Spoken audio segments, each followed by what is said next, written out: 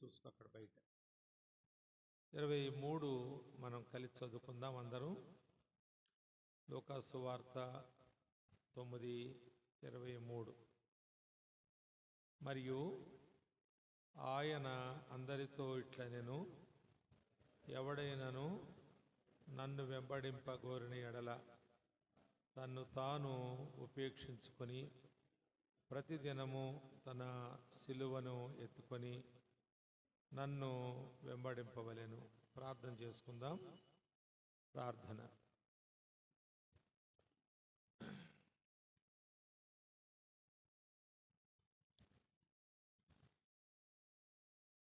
ఈ నెల కూడా దేవుడు మరి ప్రతి నెల హాజరవుతున్నటువంటి మనలను, ఒకవేళ ఈ నెలే కొత్తగా వచ్చిన వారైనను దేవుడు ఈ వాక్యముల ద్వారా దర్శించినట్లు ఆసక్తితో వేడుకుందాం.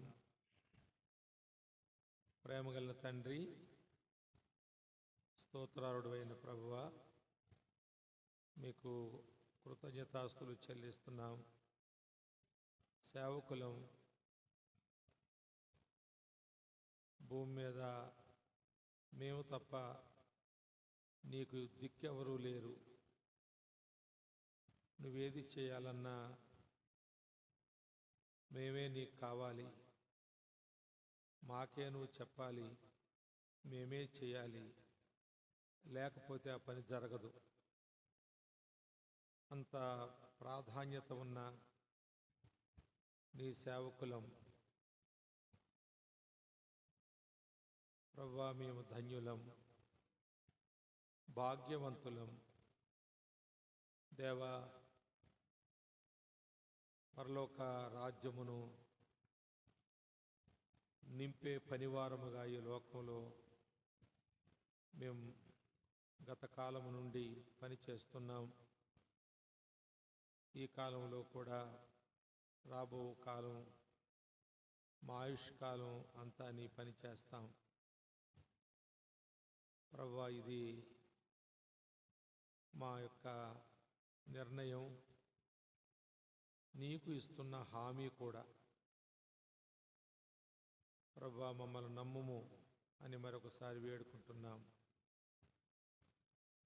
ఈ పరిచర్య మాకు మీరు అనుగ్రహించినప్పుడు మాకంటే ఘనమైన వారెందరో నీకున్నారు, కానీ నిన్ను నమ్మిన వారు ఉన్నారు, కానీ నీవు మమ్మల్ని నమ్మావు. వందనాలు ప్రభువా. కనుక మేము నమ్మకంగా, శ్రద్ధతో నీ మహిమ కొరకు ఈ పరిచర్య చేయ నిమిత్తమై నేటి వాక్యము ద్వారా మమ్మల్ని దర్శించమని, బలపరచమని, స్థిరపరచమని మా ప్రియ ప్రభు, మా రక్షకుడైన యేసుక్రీస్తు పరిశుద్ధ నామములో వేడుకొని ప్రార్థిస్తున్నాం తండ్రి. ఆమేన్. ఆమేన్. మంచిది. మరి వాక్య భాగంలో దేవుని సేవ చేయడానికి దేవుని చేత ఏర్పరచబడి, పిలువబడి, వెంబడించుటకు తీర్మానం చేసి సేవ చేస్తున్న మనము మరొకసారి రిమైండర్గా, మనం ఇప్పటికే సేవ చేస్తున్నాం, చాలా ఫలవంతమైన సేవ చేస్తున్నాం. మరి మన ప్రారంభంలో ఏమీ లేని మనకు, అలాగే 2, 3, 4 అనే నిరాశ కలిగినటువంటి పరిస్థితుల్లో ఉన్న మనలను దేవుడు అలా వదిలేయలేదు. మనలను పోషిస్తూ వచ్చాడు.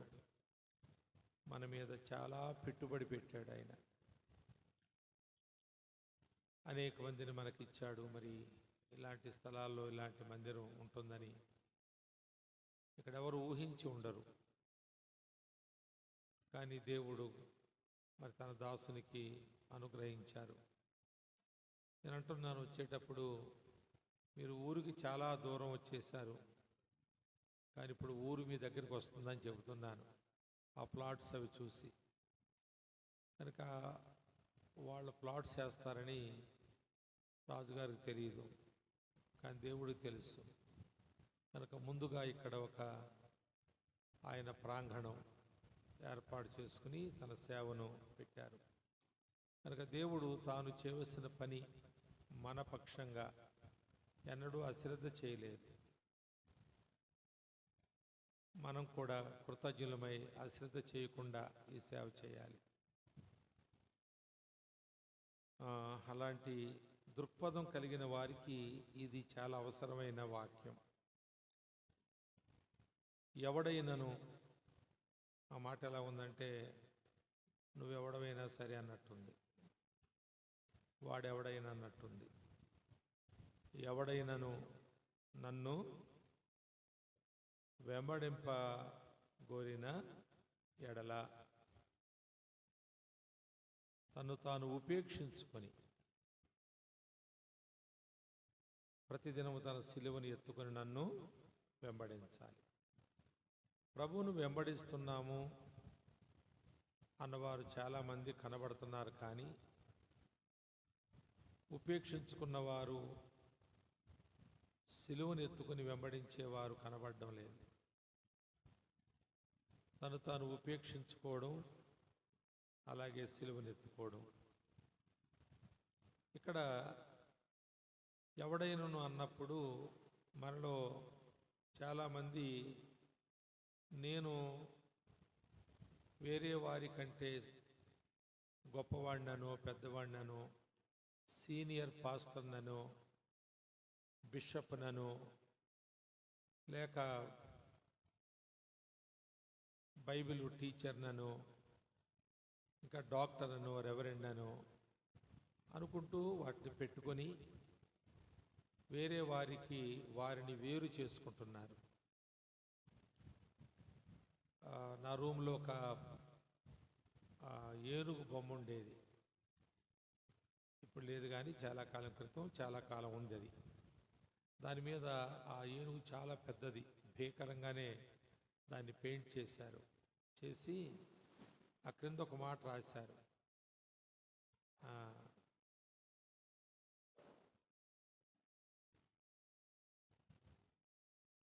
ఈ మీటింగ్కి నా అభిప్రాయం ఇవేం అక్కర్లేదు, ఆ టెంట్ అక్కర్లేదు, ఈ సౌండ్ బాక్స్లు అక్కర్లేదు, వాళ్ళు కూడా అక్కర్లేదు. ఇది మనం సకాలంలో వచ్చి సేవకులందరూ కలిసి పాడే ఒక పాట, 2 పాటలు పాడుకుని వాక్యం చెప్పుకుని ప్రార్థన చేసుకుని వెళ్ళిపోయే విషయం. ఇక్కడ భోజనాలు పెడితే తినేంత స్థలం ఇక్కడే ఉంది, మందిరంలోనే ఉంది. కనుక ఇవన్నీ డిస్టర్బెన్సే, అవి కూడా డిస్టర్బెన్సే, ఇవి కూడా డిస్టర్బెన్సే. సిస్టర్స్ ముగ్గురు లేచి పాట పాడారు. పాట సరిగ్గా అర్థం అవ్వలేదు, కానీ మ్యూజిక్ మాత్రం చెవులు పగలగొట్టింది. వీళ్ళు పాట అయిపోయాక అమ్మయ్య అనిపించింది. కనుక అలాగా బెదిరించే సౌండ్స్, గుండెను అదరగొట్టేటువంటి వాయిద్యాలు, ఇవి మనం తగ్గించుకోవాలి. సభల్లో కూడా తగ్గించుకోవాలి. ఇక్కడ అస్సలే ఉండకుండా చూసుకోవాలి. అసలు వాటి రూపం ఇక్కడ కనబడకూడదు అసలు. అలాగా మనం అంత నెమ్మదిగా దేవుని స్వరం వినడానికి ఆసక్తితో రావాలి. కాబట్టి వీళ్ళందరూ ఈ పేర్లు పెట్టుకొని రెవరెండ్లు, డాక్టర్లు, అపస్తులు, కొందరు తెగించి ప్రవక్తలను కూడా పెట్టుకుంటున్నారు. కనుక ఆ విధంగా పెట్టుకున్నవాడు ఎవడైనా సరే, అది ఇక్కడ మాటలో ఉన్న విషయం. నేను బిషప్ అంటే నువ్వు ఎవడవైనా సరేనయ్యా, నోరు మూసుకుని ఈ మాట విను. నిన్ను ఉపేక్షించుకున్నావా? ఏంటి ఉపేక్షించుకోవడం అంటే అర్థం ఏంటి? ఫిలిప్పీ పత్రికలో దానికి 3 మాటలు మనం చూడగలుగుతాం. ఒక ఫిలిప్పీ పత్రికలోని అది 1వ అధ్యాయంలో 19వ వచనం. ఫిలిప్పీ పత్రిక 1వ అధ్యాయం 19వ వచనం. ఫిలిప్పీ పత్రిక 1వ అధ్యాయం 19. మరియు నేను ఏ విషయములోనూ సిగ్గుపడక ఆ, ఆ, నా బ్రతుకు మూలముగానైనను సరే, చావు మూలముగానైనను సరే, క్రీస్తు నా శరీరమందు గణపరచబడునని. ఇది కదిపావు బాబు, ఏం కదిపా. క్రీస్తు నా శరీరం అలా ఉంచండి. క్రీస్తు నా శరీరమందు గణపరచబడునని నేను మిగుల అపేక్షించుచు నిరీక్షించుచున్న ప్రకారము. సరే, ఇది ఉపేక్షించుకునే వారికి ఒక అపేక్ష ఉండాలి.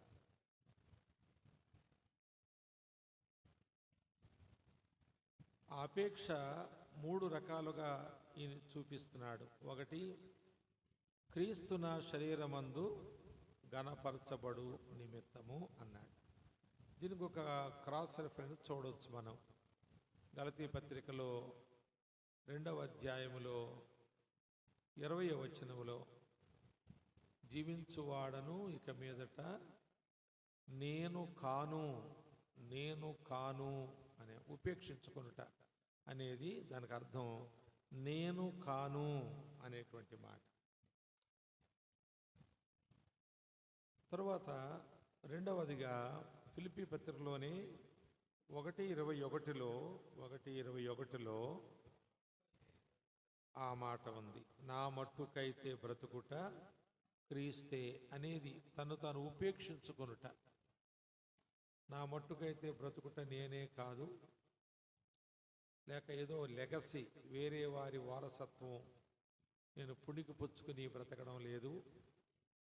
క్రీస్తే, నేను బ్రతికితే క్రీస్తే. ఒకవేళ నా గురించి నేను ఏదైనా ఆలోచన చేస్తే, నాకేదైనా లాభం మేలు అని నేను ఒకవేళ ఆలోచన చేస్తే ఈ సేవలో, అది చావే అంటున్నాడు.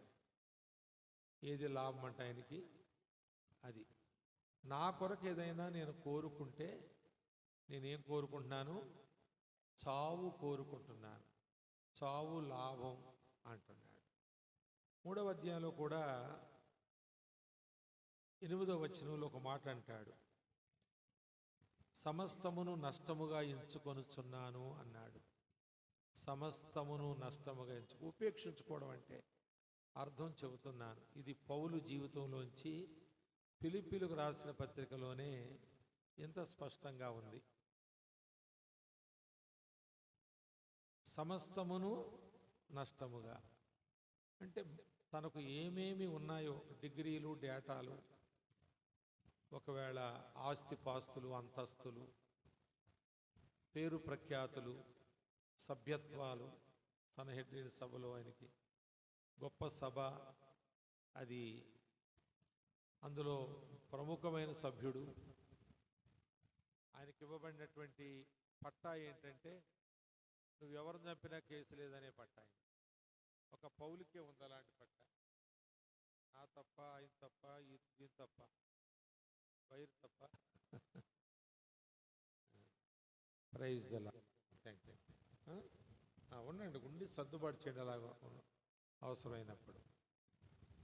కాబట్టి తనకేమున్నాయో అని తను అనుకుంటున్నాడు, అవి నాకున్నాయి అని తాను అనుకోకుండా, ఎవరో అనుకోకుండా నష్టముగా ఎంచుకున్నాడు వాటిని. అవి ఉండడం నాకు నష్టం. అర్థమైంది కదండి? అవి ఉండడం నాకు నష్టం. ఇది చాలా విచిత్రమైన మాట. నాకు అది కావాలి, ఇది కావాలి అని సేవకులు అనుకునే దినాలలో ఉన్నదాన్ని ఇది ఉండడం నష్టం అనుకునే సేవకుడు పౌలు గారు. తర్వాత ఇంకొక మాట అంటాడు, కొంచెం కిందకు వస్తే 11వ వచనంలో చివరి మాటలో చూస్తే, వాటిని పెంటతో సమానంగా ఎంచుకున్నానంటాడు. పెంట అంటే మళ్ళెప్పుడు దాంట్లో పడేసిన దాని ఇంట్లోకి తెచ్చుకో. పెంట ఏది నష్టంగా ఎంచుకున్నాడో దాన్ని పెంట మీద పడేశాడు. మళ్ళీ వెనక్కి తెచ్చుకోకుండా ఉండడానికి. ఒక ఆయన ఒకసారి నేను మీటింగ్కి వెళితే ఎక్కడో పెదపూడి, చిలకలపూడి, భరతనాట్యం ఏదో నాట్యం ఉంటుంది ఎక్కడండి, అది కూచిపూడి, అక్కడ మీటింగ్స్కి వెళ్ళాను ఇప్పుడు 30 years బ్యాక్. వెళితే నన్ను ఒక అప్స్టేర్లో పెట్టారు, రూమ్లో. సేవకులు ఉన్నాక రూమ్స్ కావచ్చు అవి. అయితే ఫస్ట్ డే ఈవినింగ్ మీటింగ్ అయింది, నెక్స్ట్ డే మార్నింగ్ మీటింగ్ అయింది. మధ్యాహ్నం నేను పండుకున్నాను భోంచేసి. ఇంతలో ఎవరెవరు వచ్చారు తొంగి తొంగి చూసిపోతున్నారు నన్ను. ఆ మెట్లు ఎక్కుతున్నారు, నన్ను ఇలా చూస్తున్నారు, వెళ్ళిపోతున్నారు. విషయం నాకేం అర్థమవుతలేదు. నేను నిన్న వచ్చాను, ఈ దినమంతా మధ్యాహ్నం వరకు మాట్లాడాను, మళ్ళీ ఎవరు నన్ను చూస్తున్నారా అనుకుని, సరే మొత్తానికి ఓ బ్రదర్ నాకు టీ తెచ్చాడో ఏమో, అడిగాను ఆయన్ని, ఎవరండి మాటి మాటికి వచ్చినా చూసి వెళ్తున్నారు? ఆడోళ్ళు మగోళ్ళు కూడా వస్తున్నారు, పిల్లలు ఇంకెక్కువ వస్తున్నారు, యవనస్తులు కూడా. అడిగితే, అయ్యో అట్లనా అంకుల్ గారు, మిమ్మ కాదు, సినిమా యాక్టర్ వచ్చాడు, ఆ పక్క రూమ్లో ఉన్నాడు, ఆయన ప్రభువుని నమ్ముకున్నాడు, సాక్ష్యం ఇచ్చడానికి వచ్చాడు అన్నారు. నేనే అనుకున్నాను, పాపం నన్ను చూసి వెళ్ళిపోతున్నా. సరే మొత్తానికి ఆయన అవతల రూమ్లో ఉన్నాడట. నేను ఎరగను, ఆయన 70 సినిమాలు యాక్ట్ చేశాడట. తర్వాత సాక్ష్యం చెప్పే ముందు ఆ రోజు నన్ను వాక్యం చెప్పమన్నారు, చెప్పాలి నేను. తర్వాత సాక్ష్యం చెప్పాలి. 176 స్తంభాల పందిరది, తాటాకుల పందిరి. ఎన్ని సరివి పోల్స్ ఉంటాయి కదా, 176. వాళ్ళు అంటున్నారు 176 స్తంభాల పందిరేసాం ఈ సంవత్సరం మనం, అయినా సరిపోలేదు మనకు జనానికి అని స్టేజ్ నుంచి ఆ కన్వీనర్స్ చెప్పుకుంటున్నారు. సరే మొత్తానికి నేను వాక్యం చెప్పాలి, ఆయన సాక్ష్యం చెప్పాలి. కాబట్టి ముందు ఆయన వచ్చి సాక్ష్యం చెప్పేశాక నేను వాక్యం చెప్తాను అనుకుంటున్నాను. అప్పుడు ఆయన వచ్చి, నా సాక్ష్యం 3 గంటలు ఉంటుందండి, మరి అప్పటి వరకు మీరు ఉంటారా అని అడిగాడు నన్ను. నేను అయితే మొత్తం సాక్ష్యం పెట్టండి మరి ఇక అంటే, మరి వాళ్ళు అలాగే సాక్ష్యాన్ని వాక్యం కంటిన్యూషన్ పోద్దని మంచోళ్ళు ఇస్మాయిల్ గారని మీరు విన్నారు ఎప్పుడన్నా? పెదపూడి ఇస్మాయిల్ గారు, గ్రేట్ మ్యాన్ ఆఫ్ గాడ్, చాలా గొప్ప దైవజనుడు, చనిపోయారు ఆయన. అయితే మొత్తానికి నాకు వాక్యం ఇచ్చేసి ఆ తర్వాత సాక్ష్యం పెట్టారు. 3 గంటల సాక్ష్యం అట. నేను పడుకున్నాను కూడా, వెళ్ళిపోయి వస్తే విన్నాను. 70 సినిమాలు యాక్ట్ చేశానని నాకు కూడా వచ్చి నెక్స్ట్ డే మార్నింగ్ చూపిస్తున్నాడు ఆయన ఫోటోలు. నాకు ఇంట్రెస్టే లేదు కానీ ఇది అదేదో న్యూజిలాండ్ వెళ్ళాం, అక్కడ దిగాం, ఫైటింగ్ ఇది చెప్తున్నాడు. సరే విషయం ఏంటంటే, ఇప్పుడు నేను మీకు చెప్పేది ఏంటంటే, ఆ సినిమాల్లో యాక్ట్ చేసి రక్షించబడ్డాను, తర్వాత శాంతిని కనుగొన్నాను, యేసుప్రభువే ఆయనని నేను సాక్ష్యం ఇస్తున్నాను, అంతటా నన్ను పిలుచుకుండా నేను తిరుగుతున్నానని చెప్పాడు. అయితే గొప్ప విషయమే కదా, సరే ఏదన్నా కానీ మొత్తానికి గొప్ప విషయమే కదా. కానీ మళ్ళీ వెళ్ళి సినిమాల్లో చేరాడు. ఇప్పుడు సినిమాలు మళ్ళీ యాక్ట్ చేస్తున్నాడు, చచ్చిపోయేటోళ్ళు లేండి, అలాంటి వాడు ఎందుకు బతుకుతాడు. కానీ ఇక్కడ అప్పుడు నా వయసుడే. మొత్తానికి మళ్ళీ సినిమాల్లోకి వెళ్ళాడని విన్నాను నేను. అంటే తను ఏది విడిచిపెట్టాడో దాన్ని ఇంట్లోనే పెట్టుకున్నాడు, పెంట మీద పడేయలేదు. అర్థమైంది కదా.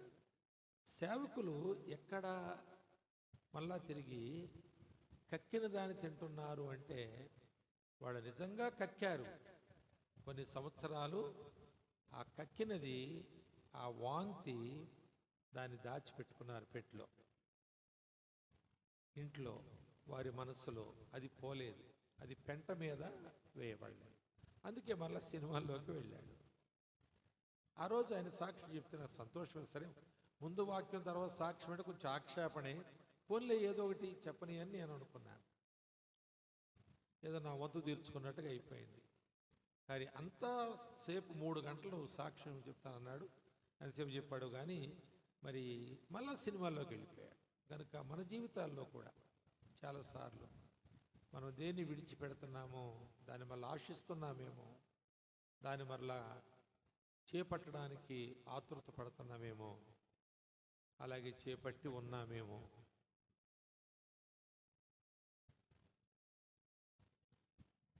అది ఉపేక్షించుకొనుటకు ఆటంకం. అది కనుక ఉపేక్షించుకొనుట అనగా మొదటగా ఏమనుకున్నాం మనం? చెప్పండి. నా శరీరమునందు నేను క్రీస్తు కొరకే జీవించేవాడుగా ఉన్నాను అని చెప్పాడు. మంచి మాట వాడాడు. ఘనపరచబడునని, క్రీస్తును ఘనపరచాలి అని అన్నాడు. రెండవ మాట, నేను జీవిస్తున్నాను కనుక నాకు క్రీస్తే. కానీ నాకేదైనా కావాలి అనుకుంటే నేను కోరుకునేది ఏంటంటే, నా కొరకు నేను కోరుకునేది చెప్పండి, నోటారా చెప్పండి, చావు. ఎందుకంటే మరి చావు అంటే మంచి మాట అంటాడు. తర్వాత చూడండి 22వ వచనములో, అయినను నేను శరీరముతో నేను జీవించుటయే నాకున్న పనికి ఫలసాధనమైన ఎడల నేనేమి కోరుకుందును నాకు తోచలేదు అని చెప్పి, నేను వెడలిపోయి క్రీస్తుతో కూడా ఉండవల్లని ఆశ ఉన్నది. అది నాకు మరీ మేలు, నాకు అది లాభం, అది మేలు. వెడలిపోయి క్రీస్తుతో ఉండాలని ఉన్నది. కానీ చూడండి ఆ మాట, శరీరముతో నేను జీవించుటయే నాకున్న పనికి ఫలసాధనమైన ఎడల నేనేమి కోరుకుందునో నాకు తోచలేదు. ఏం కోరుకోవాలో? ఐయామిన్ డైలమా, నేను చచ్చిపోవాలా, బ్రతికే ఉండాలా? దేవుడు నాకు అప్పగించిన పనికేమో శరీరం కావాలి, నాకు చచ్చిపోతేనేమో నేను క్రీస్తుతో కూడా ఉంటాను, అది నాకు లాభం, అది మేలు.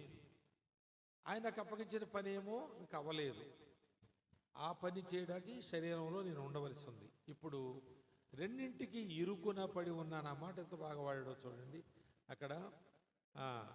ఈ రెంటి మధ్యను ఇరుకునబడి ఉన్నాను.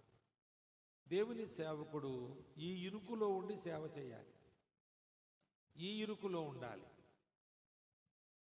చాలామంది సమస్యలు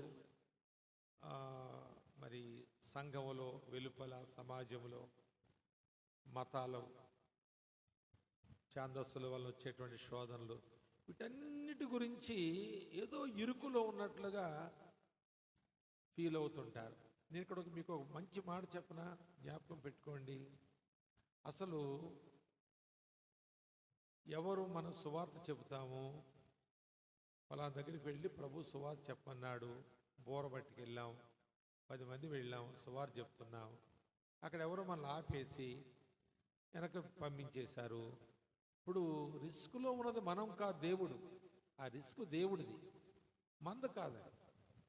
కనుక దేవుడు వారిని వెళ్ళగొట్టి వారి నోరు మూయించి మనం వాడుకోగలడు, లేక మనం నోరు మూసుకుని వెనకకు మనం వెళ్ళిపోవలసి వస్తే వెళ్ళిపోవలసి వచ్చినప్పుడు ఆయన మౌనంగా ఉన్నాడు. కనుక సువార్త పంపించినవాడు ఆయన, మనం పిలిచినవాడు ఆయన, పంపినవాడు ఆయన, ఆ సువార్త ఆయనది, మంద కాదు. కనుక అప్పుడు రిస్కులో పడింది దేవుడే, మనం కాదు. మనం వెళ్ళాము, అక్కడ కుదరలేదు, వచ్చేసాం, అయిపోయింది. మనం ఏ తప్పు చేయలేదు, అక్కడ ఎవరు అడ్డం రాకపోతే చెప్పేవాళ్ళమే, వచ్చారు కాబట్టి ఆగిపోవలసి వచ్చింది. కనుక దాని గురించి ఎక్కువ మాట్లాడుతుంటాం మనం. మేము వెళ్ళాం, ఇలాగన్నారు, అడ్డం వచ్చారు, బీజేపీ వాడు, ఆర్ఎస్ఎస్ వాడు, ఆడు ఈడు, మేము ఎంతో చేద్దాం అనుకున్నాం. కొందరు జీపులేసుకు వెళ్ళిపోతారు ఆ ఊర్లో. డబ్బులు ఉన్న వాళ్ళు, వాళ్ళకి సెలవులు ఉంది, ఉద్యోగాలు, అన్ని హంగులు ఆర్భాటాలు ఉన్నాయి, జీపులేసుకు వెళ్ళిపోతారు. అక్కడ తరిమారు మమ్మల్ని కొట్టారు, గాలి తీసేశారు, బైబిల్ గాలి చేశారు, పత్రికలు తగలబెట్టేశారు, బూతులు తిట్టారు, ఒక్కొక్క బూతు తిడుతుంటాళ్ళు, ఇవన్నీ పత్రికలు వేసేస్తారు. కనుక మనకు అనవసరం, అదంతా మనకు అనవసరం. మనం వెళ్ళాము, చెప్పాము, చెప్పలేదు, రెండిట్లో ఏదో ఒకటి ఉంటుంది. మరి దాని ఫలితం దేవుడే ఇవ్వాలి. మనం చెప్పినా, బోధ చేసినా, ఏం చేసినా దాని ఫలం దేవుడిస్తాడు. కనుక మన ఇరుకున ఎక్కడ ఉండాలంటే ప్రభు దగ్గరికి వెళ్ళాలి, కానీ ఉండవలసిన అవసరం ఉంది. 2 మాటలు జ్ఞాపకంలో పెట్టుకోండి. ఒకటి, వెళ్ళాలని ఆశ ఉంది, ఉండవలసిన అవసరం ఉంది. ఈ 2 మాటల మధ్యలో మనం సేవ చేయాలి. దీనికి మించినటువంటి ఆశ మనలో ఏది పుట్టకూడదు. అది ఉపేక్షించుకోవడం అంటే అర్థం. 3వ మాట ఏంటంటే ఉపేక్షించుకున్నట్టుకు ఇక్కడ ఇదే పత్రికలో 3వ అధ్యాయంలో ఆ మాట చూడగలుగుతాం. 12 నుండి 14 వచనాలు నేను చదువుతాను, వినండి. బాగా పట్టుకుందాం ఈ మాటల్ని. 12 నుంచి 14. ఇదివరకే నేను గెలిచితిని అయినను, ఇదివరకే సంపూర్ణ సిద్ధి పొందితిని అని అయినను నేను అనుకొనుట లేదు. ఇది పౌలు ఎప్పుడు కూడా తాను చేసినటువంటి సేవను గురించి, బాగా చేశానని, చాలా జరిగిపోయింది సేవని, నేనెంతో పేరు పొందానని, గుర్తింపు పొందానని అనుకోలేదు. ఇక్కడ ఒక మాట వాడతాడు, చూడండి ఆ మాట. వెనుక ఉన్నవి మరచి ముందున్న వాటి కొరకై వేగిరపడుచు నేను దేని నిమిత్తము క్రీస్తు యేసు చేత పట్టబడితినో దాన్ని పట్టుకొనవలని పరిగెత్తుచున్నాను. 12-13 వచనాన్ని కనెక్ట్ చేసి చదివాను నేను. క్రోనాలజీ అంటారు కదా, ఇట్లా కొన్నిసార్లు బైబిల్ మనం చదువుకోవాలి. నేను ఒకటి చేయుచున్నాను, వెనుక ఉన్నవి మరచి, అంటే వాటి లక్ష్య పెట్టక, వాటిని గురించి నేను సంతోషించేయడం కానీ, వాటి గురించి ఊరికే చెప్పుకుంటూ తిరగడం కానీ, లేక వాటిని బట్టి నిరాశపడడం కానీ, ఆ బాధను బట్టి కృంగిపోవడం కానీ నేను చేయడం లేదు. ఒకటి చేస్తున్నాను. ఏం చేస్తున్నానంటే, నేను దేని నిమిత్తం క్రీస్తు యేసు చేత పట్టబడుతున్నో దాన్ని పట్టుకొనవలని పరిగెత్తుచున్నాను. అలా పరిగెట్టడానికి ఆటంకకరమైన వెనుక ఉన్న వాటిని మరిచి ముందున్న వాటి కొరకు వేగిరపడుతున్నాను. ఒకడు పరిగెట్టాలంటే తన గోల్, ఆ మార్క్ అంటారు కదా, అక్కడికి వెళ్ళాలి. కనుక వేగన పడుతూ పరిగెట్టకపోతే ఆ మార్కును తాను టచ్ చేయలేడు. అందువలన ఈ మాట చెప్పుకుంటూ 14వ వచనములో క్రీస్తు యేసునందు దేవుని ఉన్నత పిలుపునకు కలుగు బహుమానం పొందవలని గురి యొద్దకే పరిగెట్టుట. తాను ఉపేక్షించుకున్నవాడు గురి యొద్దకే పరిగెడతాడు. తిమోతికి రాస్తూ ఈ మాటను మరో విధంగా ఆయన తిమోతి దృష్టికి తెచ్చాడు. చూడండి ఆ మాట. 2వ పత్రిక 2వ అధ్యాయంలో 3వ వచనం, 4వ వచనం, 5వ వచనంలో క్రీస్తు యేసు యొక్క మంచి సైనికుని వలె నాతో కూడా సైనికుడు ఎవడును యుద్ధమునకు పోవునప్పుడు తను దండులో చేర్చుకొనిన వారిని సంతోషపెట్టవల్లని, అంటే వాళ్ళ కమాండర్ని సంతోషపెట్టవల్లని ఈ జీవన వ్యాపారములో చిక్కుకొనడు. మరియు జట్టి అయిన వాడు పోరాడునప్పుడు నియమ ప్రకారము పోరాడకుంటే వానికి కిరీటము దొరకదు. పాటు పడిన వ్యవసాయకుడే మొదట పొలములో పాలిపుచ్చుకొనును. కానీ ఇక్కడ ఒక సైనికుని, ఇక్కడ ఒక అథ్లెట్ని, పరుగుల పందెంలో ఉన్నవాడిని, అలాగే వ్యవసాయకుడిని మన ముందు పెట్టి ఆయన గురి యొద్దకే పరిగెట్టాలి. వ్యవసాయం గురించి మనం మరికొన్ని చోట్ల తొలకరి వర్షము మొదలుకొని కడవరి వర్షం వరకు కనిపెడుతూ ఉండే వ్యవసాయకుడు, పాటుపడే వ్యవసాయకుడు, పొలములోనే ఉండే వ్యవసాయకుడు, అక్కడికి వెళ్ళేటప్పుడు పొలం పనిచేసేవాడు సూట్ వేసుకెళ్ళడు, బ్రహ్మాండమైన బట్టలు కావాలని, బూట్లు వేసుకెళ్ళాలని కోరుకోడు. As simple, as less as possible, ఎంత తక్కువ, ఎంత సింపుల్గా తను ఉండాలో ఆ వస్త్రధారణతో అక్కడ పనికి అనుకూలమైన బట్టలు, అక్కడ పనికి తనే పని చేయబోతున్నాడో దానికి అనుకూలంగా. కనుక ఇది తను తాను ఉపేక్షించుకోవడం అంటే అర్థం.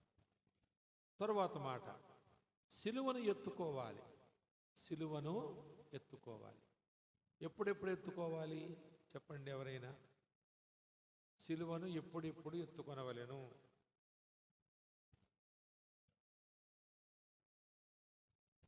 ప్రతిదినము.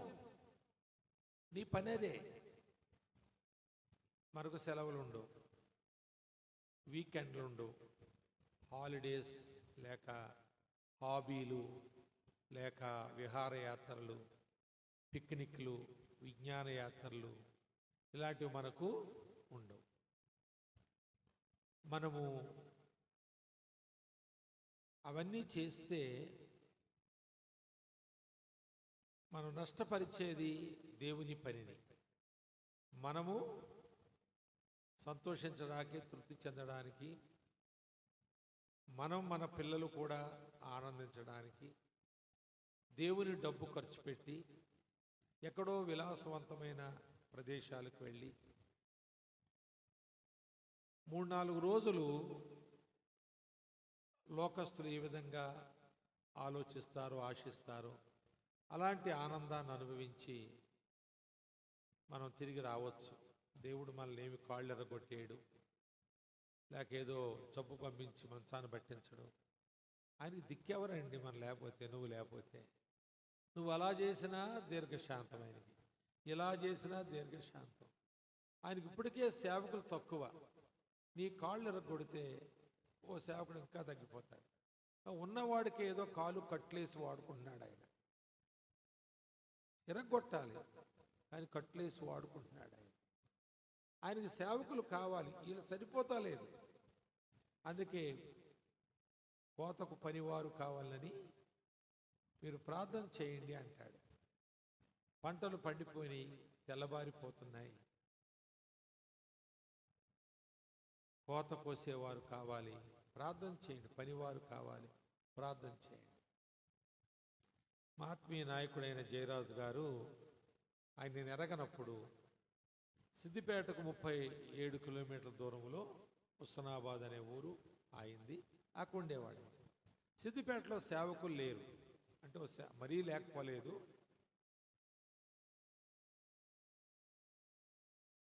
సిఎస్ఐ చర్చ్ ఉంది, తర్వాత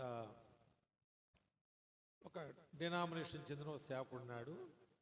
ఆయన సిద్దిపేటలో ఉంటాడు కానీ సిద్దిపేటలో ఏం చేయడు. చుట్టుప్రక్కల కొంతమంది రెడ్లు నమ్ముకున్నారు, అటు ఎక్కి వెళుతుంటాడు. సరే, మొత్తానికి ఆ జయరాజు అన్నగారు సిద్దిపేటలో సేవకుడు కావాలని ప్రార్థన చేశాడు. చాలా కాలం తర్వాత నేను సిద్దిపేటకు వచ్చాను. ఆయన నేను కలిసిన మొదటిసారి ఆ చిన్న సమయంలోనే ఆ కాన్వర్సేషన్లో ఆయన అన్నాడు, మీరు సిద్దిపేటకు వచ్చారా? నేను సిద్దిపేటకు ఒక సేవకుడు కావాలని ప్రార్థన చేస్తాను చాలా కాలం నుంచి. అని మీరే అయితే నా ప్రార్థన ఫలించినట్టే అన్నాడు. అది చాలా గొప్ప జ్ఞాపకార్థమైన హెచ్చరికగా నాకు అయింది. అంటే సిద్దిపేటను బాగు చేసే ఒక వ్యక్తి కావాలని ఎందరో ప్రార్థన చేస్తే మరి దేవుడు నన్ను అక్కడ పంపించాడేమో, కనుక నేను ఎంత జాగ్రత్తగా బ్రతకాలి అని ఒక మాట నా లోపల బీజంగా పడింది. కాబట్టి ప్రతిదినము తన సిలువను ఎత్తుకొని, బహుశా నేను ప్రతిదినం గురించి తర్వాత మాట్లాడతాను నెక్స్ట్ సెషన్లో. తన సిలువను ఎత్తుకొని అనే మాట, సిలువలో 2 ఉన్నాయి. ఒకటి సువార్త ఉంది, రెండోది శ్రమలు ఉన్నాయి. సిలువలో 2 ఉంటాయి, ఒకటి సువార్త, రెండవది శ్రమలు. సువార్త మనం ఇతరులకు అందించాలి, శ్రమలు మనం అనుభవించాలి. అది సిలువ. సిలువను ఎత్తుకొని అంటే అర్థం అది. ఎన్ని ఉంటాయి అందులో? రెండు. అందులో ఒకటి సువార్త, రెండవది శ్రమలు. సువార్త ఇతరులకు అందించడానికి వచ్చాము ప్రభు పిలుపుని బట్టి. శ్రమలు మనం అనుభవించాలి.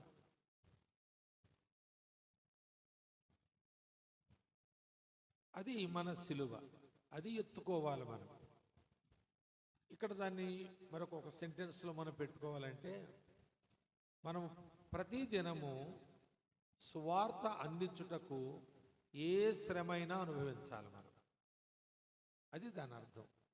దాని ఒక సెంటెన్స్గా రాసుకోవాలంటే, దేవుని సేవకులమైన మనము ప్రతి దినము సువార్త అందించుటకు ఏ శ్రమైనా అనుభవించవలెను. మన ఇతరులను శ్రమ పెట్టడానికి రాలేదు. ఇతరుల యొక్క శ్రమ ద్వారా సంపాదించిన దానితో మనం సుఖం అనుభవించాలని రాలేదు. ఇతరులు సువార్త వినాలి, దాని వలన ఏదైనా కష్టం ఉంటే మనమే అనుభవించాలి. అలాంటి సిలువ నువ్వు ఎత్తుకుంటే ఈ రెండు నీలో ఉంటాయి. అలా నువ్వు లేకపోతే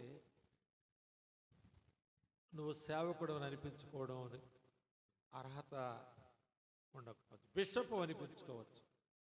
కొందరు సీనియర్ పాస్టర్ని వేసుకుంటారు విజిటింగ్ కార్డ్స్ మీద, అలాగ అనిపించుకోవచ్చు. అపస్తులుడు కూడా అని అనిపించుకోవచ్చు. డాక్టర్ ఇంకేమైనా అనిపించుకోవచ్చు. కానీ దైవజనుడు అని అనిపించుకోవు. వీలు కాదు. ఆ బిరుదు నీకు దొరకదు. ఇవన్నీ దొరుకుతాయి, ఏ మార్కెట్లోనూ దొరుకుతాయి. డాక్టర్ డిగ్రీలు నీ సీనియారిటీని బట్టో, నీకున్న వాగ్దాటిని బట్టో, లేక రకరకాలైన నీ స్ట్రాటజీస్తో నువ్వు బిషప్ అవ్వచ్చు. కానీ దైవజనుడు కాలేవు. దైవజనుడు అవ్వాలంటే, నువ్వు సేవకుడు అవ్వాలంటే, నేను సేవకుణ్ణి అని నువ్వు అనాలంటే తప్పనిసరిగా నీలో ఈ రెండు, నాలో ఈ లక్షణాలు. సిలువ ఉండాలి. అందులో ఏముంది? సువార్త ఉంది. ఎందుకు సువార్త? దాన్ని ఏం చేయాలి మనం? ఇతరులకు అందించాలి. సిలువలో ఏమున్నాయి? శ్రమలు ఉన్నాయి. అవి ఏం చేయాలి? మనం అనుభవించాలి. దానికి సిద్ధ మనసు కలిగి ఉండాలి మనం. అదే లేకపోతే మనం సేవకు పనికిరాము. ఎవడైనా నువ్వు సరంటే, నువ్వు కాదా, ఆడు కాదా, ఈడు కాదా, నేను కాదా, ఎవరు కాదా, ఎవరైనా సరే. సరే, ఇక్కడ ఒక్కొక్క మాట మనం అలాగ ఎత్తుకొని, నన్ను వెంబడింపవలెను. ఒక ఆయన సిద్దిపేట ఆదివారం మార్నింగ్ సిద్దిపేట నుంచో సేవకుడు ఫోన్ చేశాడు. సిద్దిపేట ఆయన కాదు, 16 కిలోమీటర్ల దూరంలో సంఘం ఉంది. డానీ అతని పేరు, ఈ మధ్యనే చనిపోయాడు. అయితే సిద్దిపేటకు మేము పెట్టిన ఒక మీటింగ్స్కి, సేవకుల మీటింగ్కి హైదరాబాద్ నుంచి కొందరు ఎంప్లాయీస్ వచ్చారు. అట్టుగా నన్ను కలుసుకోవడానికి వచ్చారు. ఆ మీటింగ్ ఉండిపోయారు. మా సేవకుల్లో ఒకడు డానియల్ కాబట్టి అందరితో పరిచయం అయింది. కొంతకాలం పోయాక, 2 నెలలు 3 నెలలు పోయాక ఈయన ఫోన్ చేశాడు నాకు, ఈ సిద్దిపేట నుంచి. ఏమనంటే, అన్న ఇక్కడ బోరు వేసే పైపులు అవి తీసుకోవడానికి అని వచ్చాము. ఒక మోటారు, పైపులు తీసుకోవడానికి వచ్చాము. షాపులన్నీ క్లోజ్ చేస్తున్నాయి. మీకు తెలిసిన ఉంటారు కదన్న, ఎవరన్నా కొంచెం మాకు వాళ్ళ అడ్రస్ చెప్తే, మీరు ఫోన్ చేసి చెప్తే అది తీసుకెళ్తామన్నా. నేను అన్నాను, ఇప్పుడు సిద్దిపేటలో ఎందుకున్నాను, సంఘం విడిచిపెట్టాను నేను. అప్పుడు ఆయన అన్నాడు, ఈ మా సేవకుల మీటింగ్కి వచ్చినటువంటి ఆ ఎంప్లాయీ ఉన్నాడు కదా, ఆయన కొంచెం మంచి ఆఫీసరే. ఈయన బాధలోనే ఆయన చెప్పుకున్నాడు. ఆయన, సరే బాబు, నేను మోటార్ పైపులు నేను కొనిస్తానులే, బోర్ నువ్వు వేసుకున్నావు కదా, అవి లేక నీళ్లు మళ్ళీ సఫర్ అవుతున్నావు కదా, నేను ఎప్పుడైనా ఫోన్ చేస్తాను నీకు, నువ్వు వచ్చి తీసుకెళ్ళు సిద్దిపేటకి అన్నాడు. అని ఆయన ఆదివారం వచ్చాడు. ఆయన ఏం భయభక్తులు కలవడో చూడండి. ఆయన చర్చి మానేసి హైదరాబాద్ నుంచి ఇక్కడికి వచ్చాడు. వచ్చేటప్పుడు ఆయనకు ఫోన్ చేశాడు, నువ్వు సిద్దిపేటకు రా, కొనిచ్చి ఇలా వెనక్కి వెళ్ళిపోతాను నేనని. ఆయన సంఘం విడిచిపెట్టి ఆయన సిద్దిపేటకు వచ్చాడు.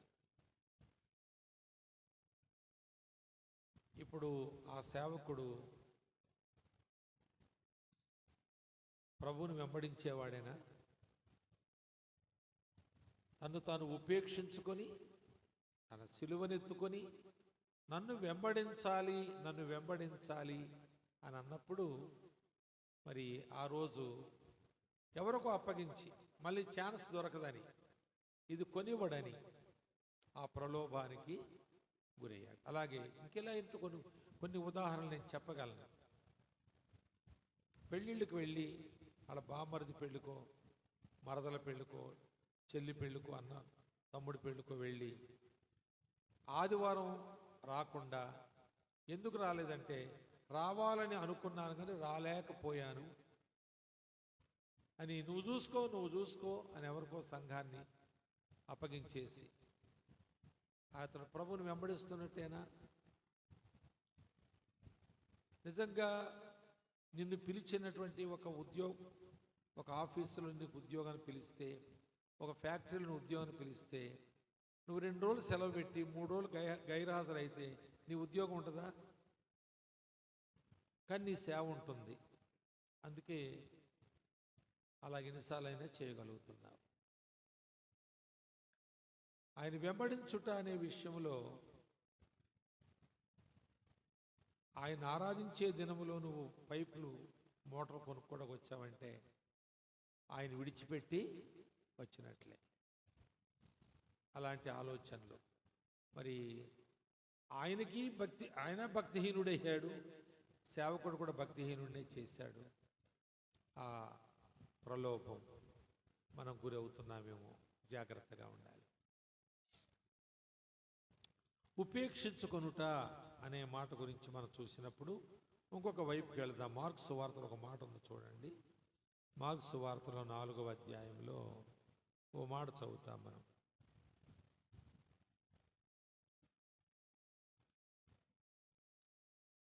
18-19 వచనాల్లో, ముండ్ల పొదలలో విత్తబడిన వారు వీరు వాక్యము విందురు గాని ఐహిక విచారములను, ధనమోసమును, మరి ఇతరమైన అపేక్షలను లోపల జొచ్చి, వినండి, ఇతరమైన అపేక్షలు లోపలకు జొచ్చి ఉపేక్షించుకునేటువంటి అనుభవంలో నుంచి మనలను తొలగించి వేస్తాయి. ఇతరమైన అపేక్షలు కలిగిన సేవకులు ఆత్మ సంబంధమైన అపేక్షలు కలిగి జీవించలేరు. ఆత్మ సంబంధమైన అపేక్షలు లేని సేవకుడు విచ్చలవిడిగా బ్రతుకుతాడు. కొన్నిసార్లు ప్రజలు వారి వెనకాల ఎక్కువ ఉంటారు. ఎందుకంటే ఒక సేవకుడు తన బ్రతుకు కంటే తన సంఘాన్ని ఎక్కువగా పెంచలేడు. తను ఎలా బ్రతుకుతున్నాడో దానికంటే తక్కువ స్థాయిలోనే ఆ సంఘం ఉంటుంది, కానీ అంతకంటే ఎక్కువ స్థాయిలో సంఘం ఉండదు. కనుక తాను కొన్ని అపేక్షలు కలిగిన వాడైతే తాను ఉపేక్షించుకోవాల్సినంత ఉపేక్షించుకోలేడు. గనుక ఆయన సంఘానికి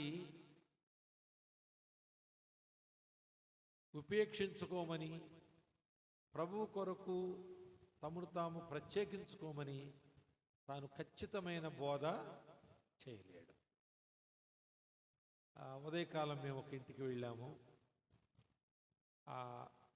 అక్కడే ఉన్నాను నేను. వాళ్ళ మంచి ప్రియులు వాళ్ళు. అయితే మీరేం చేస్తారని అన్నీ అడిగాను. రాజుగారు కూడా ఉన్నారు అక్కడ, బ్రదర్ కూడా ఉన్నారు, జోనతాన్ గారు. ఏం చేస్తారంటే అంతా చెప్పారు. చాలా మాట్లాడిన తర్వాత మీ పిల్లలు ఏం చేస్తారు అన్నాను నేను. పిల్లలు లేరండి అన్నారు ఆయన.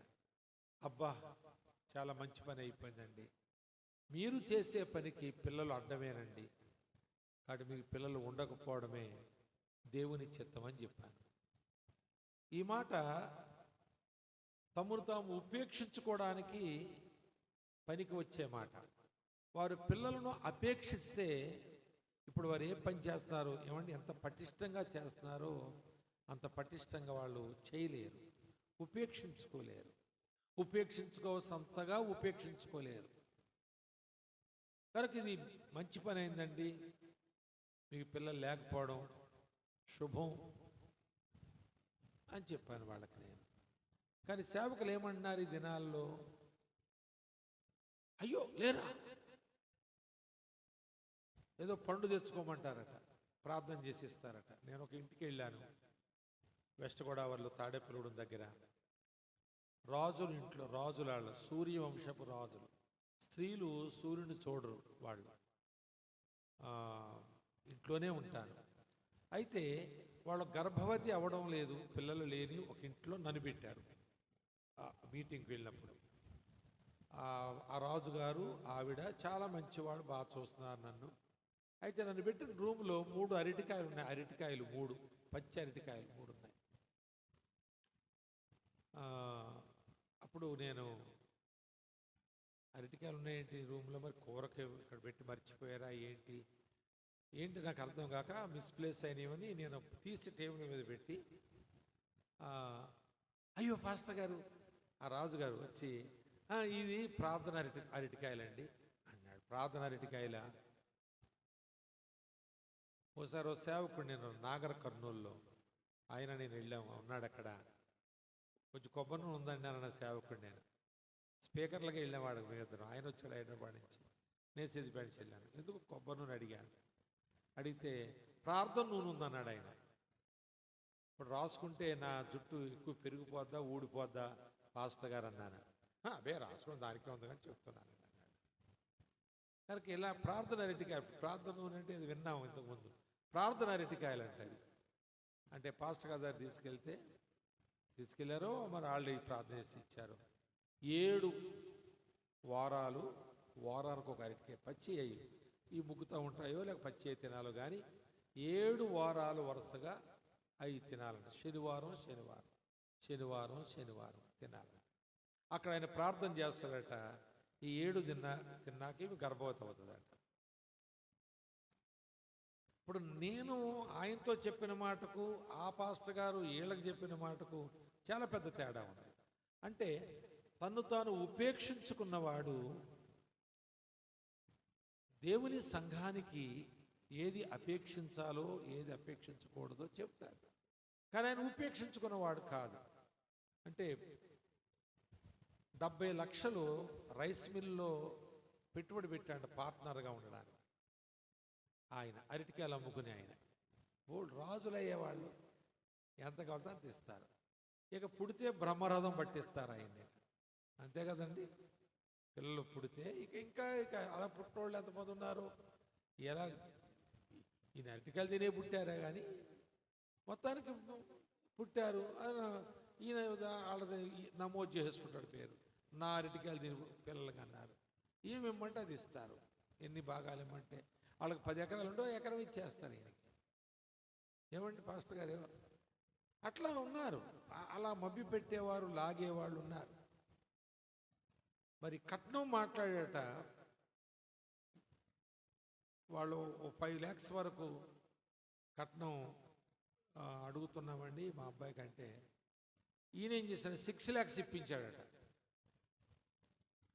నేను 6 అని చెప్పాను, వాళ్ళకి 5 అడగండి అన్నారంట. పాస్టర్ గారు 6 అడిగాడట. 6 అడిగాను, ఇస్తానన్నారు. ఆ 5 లక్షలతో నాకు బండి కొనండి అన్నాడు, బైకు కొనమన్నాడు. కనుక ఇలా ఉన్నారు. వాళ్ళ సంఘాన్ని ఏం పెంచుతారు? వాళ్ళకంటే ఎత్తుకు పెంచగలుగుతారా? 70 లక్షలు పెట్టాడు రైస్ మిల్లో పెట్టుబడి. వాళ్ళంతా కలిసి నష్టం వచ్చింది, రూపాయి ఇవ్వలేదు. ఇప్పుడు ఈయన లెక్కలు చూపించలేడు. అలా డబ్బులు ఎవరు? బెంగ పెట్టుకు చచ్చిపోయాడు ఆయన, బెంగ పెట్టుకుని చచ్చిపోయాడు. చాలా విచారకరమైన జీవితాలు. ఆ సంఘాన్ని ఏం పెంచుతారు వాళ్ళు, ఎంతకు పెంచుతారు వాళ్ళు? పాస్టర్ గారు లాటరీలు కడతాడు డబ్బులు కొరకు, సంఘాన్ని కూడా లాటరీ టికెట్ కొని తెచ్చుకుంటే ప్రార్థన చేస్తాడు. ఈయన ఉదాహరణ చెప్తున్నాను, నేను ఎరగను కానీ ఎక్కడ అది ఇందా చెప్పిన ఎరిగినయే అవి నిజమైన ఉదాహరణలు. మరి ఒక ఆయన, నేను ఎరిగింది చెప్తాను. నేను ఒక ఆయన పేకాట ఆడతాడు, విన్నింగ్ హ్యాండ్ అయింది రామాయం పేట అని, అక్కడ గెలుపు చేయి అయింది. ఆయన ఆడాడంటే అందరూ దోసుకున్నట్టే లెక్క. తప్పకుండా ఆయనకు వచ్చిన డబ్బులో దశం భాగం పాస్టర్ గారికి ఇస్తాడు. అక్కడ ఆ పాస్టర్ గారిని ఎరుగుదును, అతను కూడా ఎరుగుతాను. నేను మీటింగ్ పిలిచారు నన్ను, వేరే ఆయన, ఆ ఊరు ఆయన మా ఊర్లో ఉంటాడు. ఆ సంఘానికి వెళ్ళి జరిగినప్పుడు జరిగిన విషయం అని చెప్పాడు. ఈ విషయం చెప్పాడు. కానీ ఏం చేస్తాడు దశమ ప్రభు? ఇంకా ఈయన ఎక్కువగా జోదంలో గెలవడానికి ఆశీర్వదించు, అభివృద్ధి చేయాలా వద్దా? ఇది తీసుకున్న పాపానికి ఆ ప్రార్థన చేయాలి. ఇట్లా వారే దౌర్భాగ్యులుగా జీవించడం. ఏంటి ఉపేక్షించుకోవడం అంటే మనం చూసాం కదా, ఆ విధమైన ఒప్పింపు లేని వారు. నా శరీరములో క్రీస్తును ఘనపరచాలి, నేను బ్రతికితే క్రీస్తు, నాకేదైనా కావాలనుకుంటే అది చావునే కోరుకుంటాను. సేవకుని యొక్క ఒప్పింపు ఎంత స్పష్టంగా, స్పెసిఫిక్గా లేకపోతే చాలా కష్టమండి. మనం సేవలో బ్రతుకుతాము, కానీ మన సేవలో ఉన్న వారిని బ్రతికించలేము. వారి ద్వారా బ్రతుకుతాము, కానీ వారిని బ్రతికించలేము. ప్రభు మనల్ని పిలిచింది వారిని బ్రతికించడానికి, వారి ద్వారా బ్రతకడానికి కాదు. ఇక దీనికి ఒక మాట ఏమంటారంటే, దున్నే ఎద్దుకు మూతికి చెక్కం కట్టొద్దు అంటాడు. దున్నడం ఎందుకు? పంటలు పండించడానికి. ఈ ఎద్దు మూతికి చెక్కం లేకపోతే దున్నడము, పండిన పంటలు తినేయడం కూడా అయిపోద్ది. అట్లా అన్వయించుకుంటున్నారు ఆ మాటను. మందను కాయవాడు మందపాలు తాగడా, ఇలాంటి మాటలు వాడుకుంటున్నారు. అసలు నీ మంద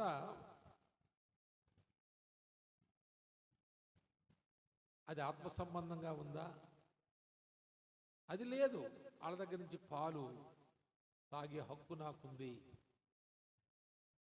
అని హక్కుదారులు అయిపోతున్నారు. సంఘాల మీద, చందాల మీద హక్కుదారులు. ఒక ఆయన వేరే ఆమెను తీసుకెళ్ళిపోయాడు పాస్టర్ గారు వాళ్ళ చర్చ నుంచే.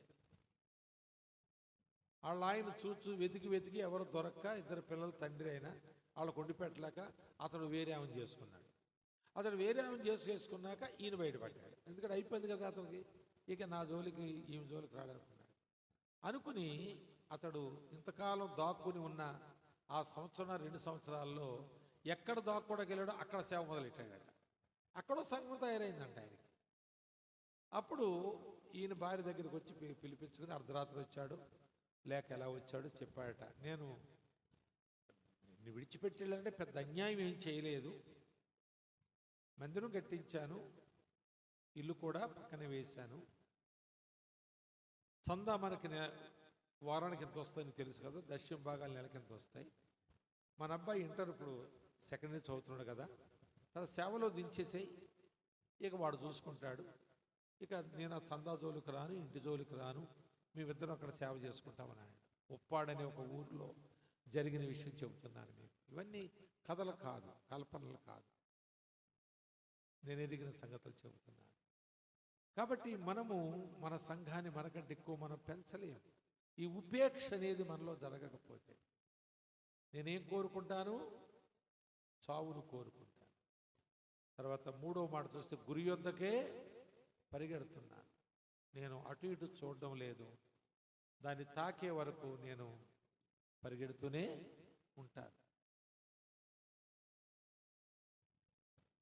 అలాంటి పరుగు ఉన్నవాళ్ళే తాము తాము ఉపేక్షించుకున్నట్టు. ఒక దేశము తనను పరుగు పందెంలోకి పంపిస్తే, ఒలింపిక్స్లో జరిగిన విషయం చెబుతున్నారు మీరు. ఎప్పుడు ఇయరు పేరు నాకు గుర్తులేవు, కానీ శ్యామరాజు గారిని ఒక ఆయన చెప్పిన ఉదాహరణ మీకు చెబుతున్నాను. ఆయన పేర్లు చెప్పాడు, సంవత్సరం చెప్పాడు, మర్చిపోయాను నేను. పరిగెడుతూ పరిగెడుతూ ఆ దేశం ఇతడు తప్పకుండా గెలుస్తాడు, గోల్డ్ మెడల్ తెస్తాడు, కప్పు తెస్తాడు అనుకున్నారు. కానీ పరుగుల వీరుడే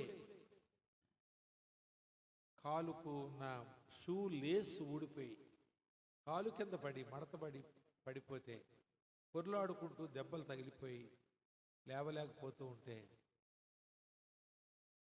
అక్కడ ఉన్నటువంటి అటెండర్స్ వచ్చి తను పక్క తీయబోతుడు, పక్క తీయొద్దు, నేను పరిగెట్టాలి అని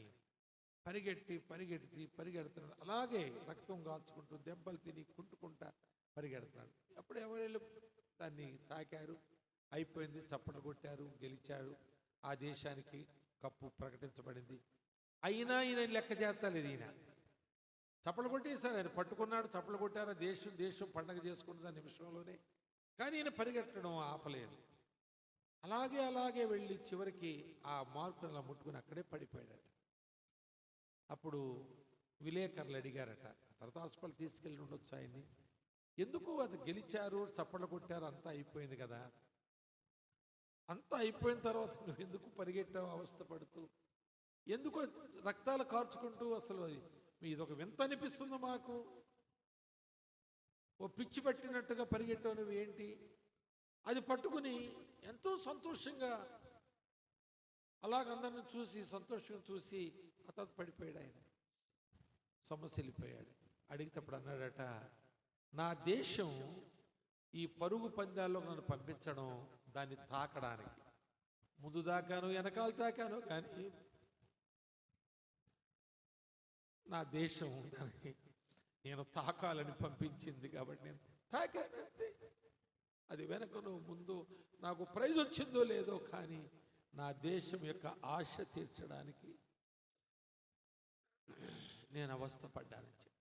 కనుక దేవుని సేవకులమైన మనలో దేశం పంపించింది ఇక్కడికి. మనకు కొన్ని దెబ్బలు తగులుతాయి, పొరపాట్లు జరుగుతాయి, యాక్సిడెంట్స్ అవుతాయి, మనకి కొన్ని లోటుపాట్లు కలుగుతాయి. అన్నీ అనుకున్నట్టు జరగవు, కానీ ఆగొద్దు. Don't quit your run, don't quit. విడిచిపెట్టద్దు, పరుగు పెట్టాలి.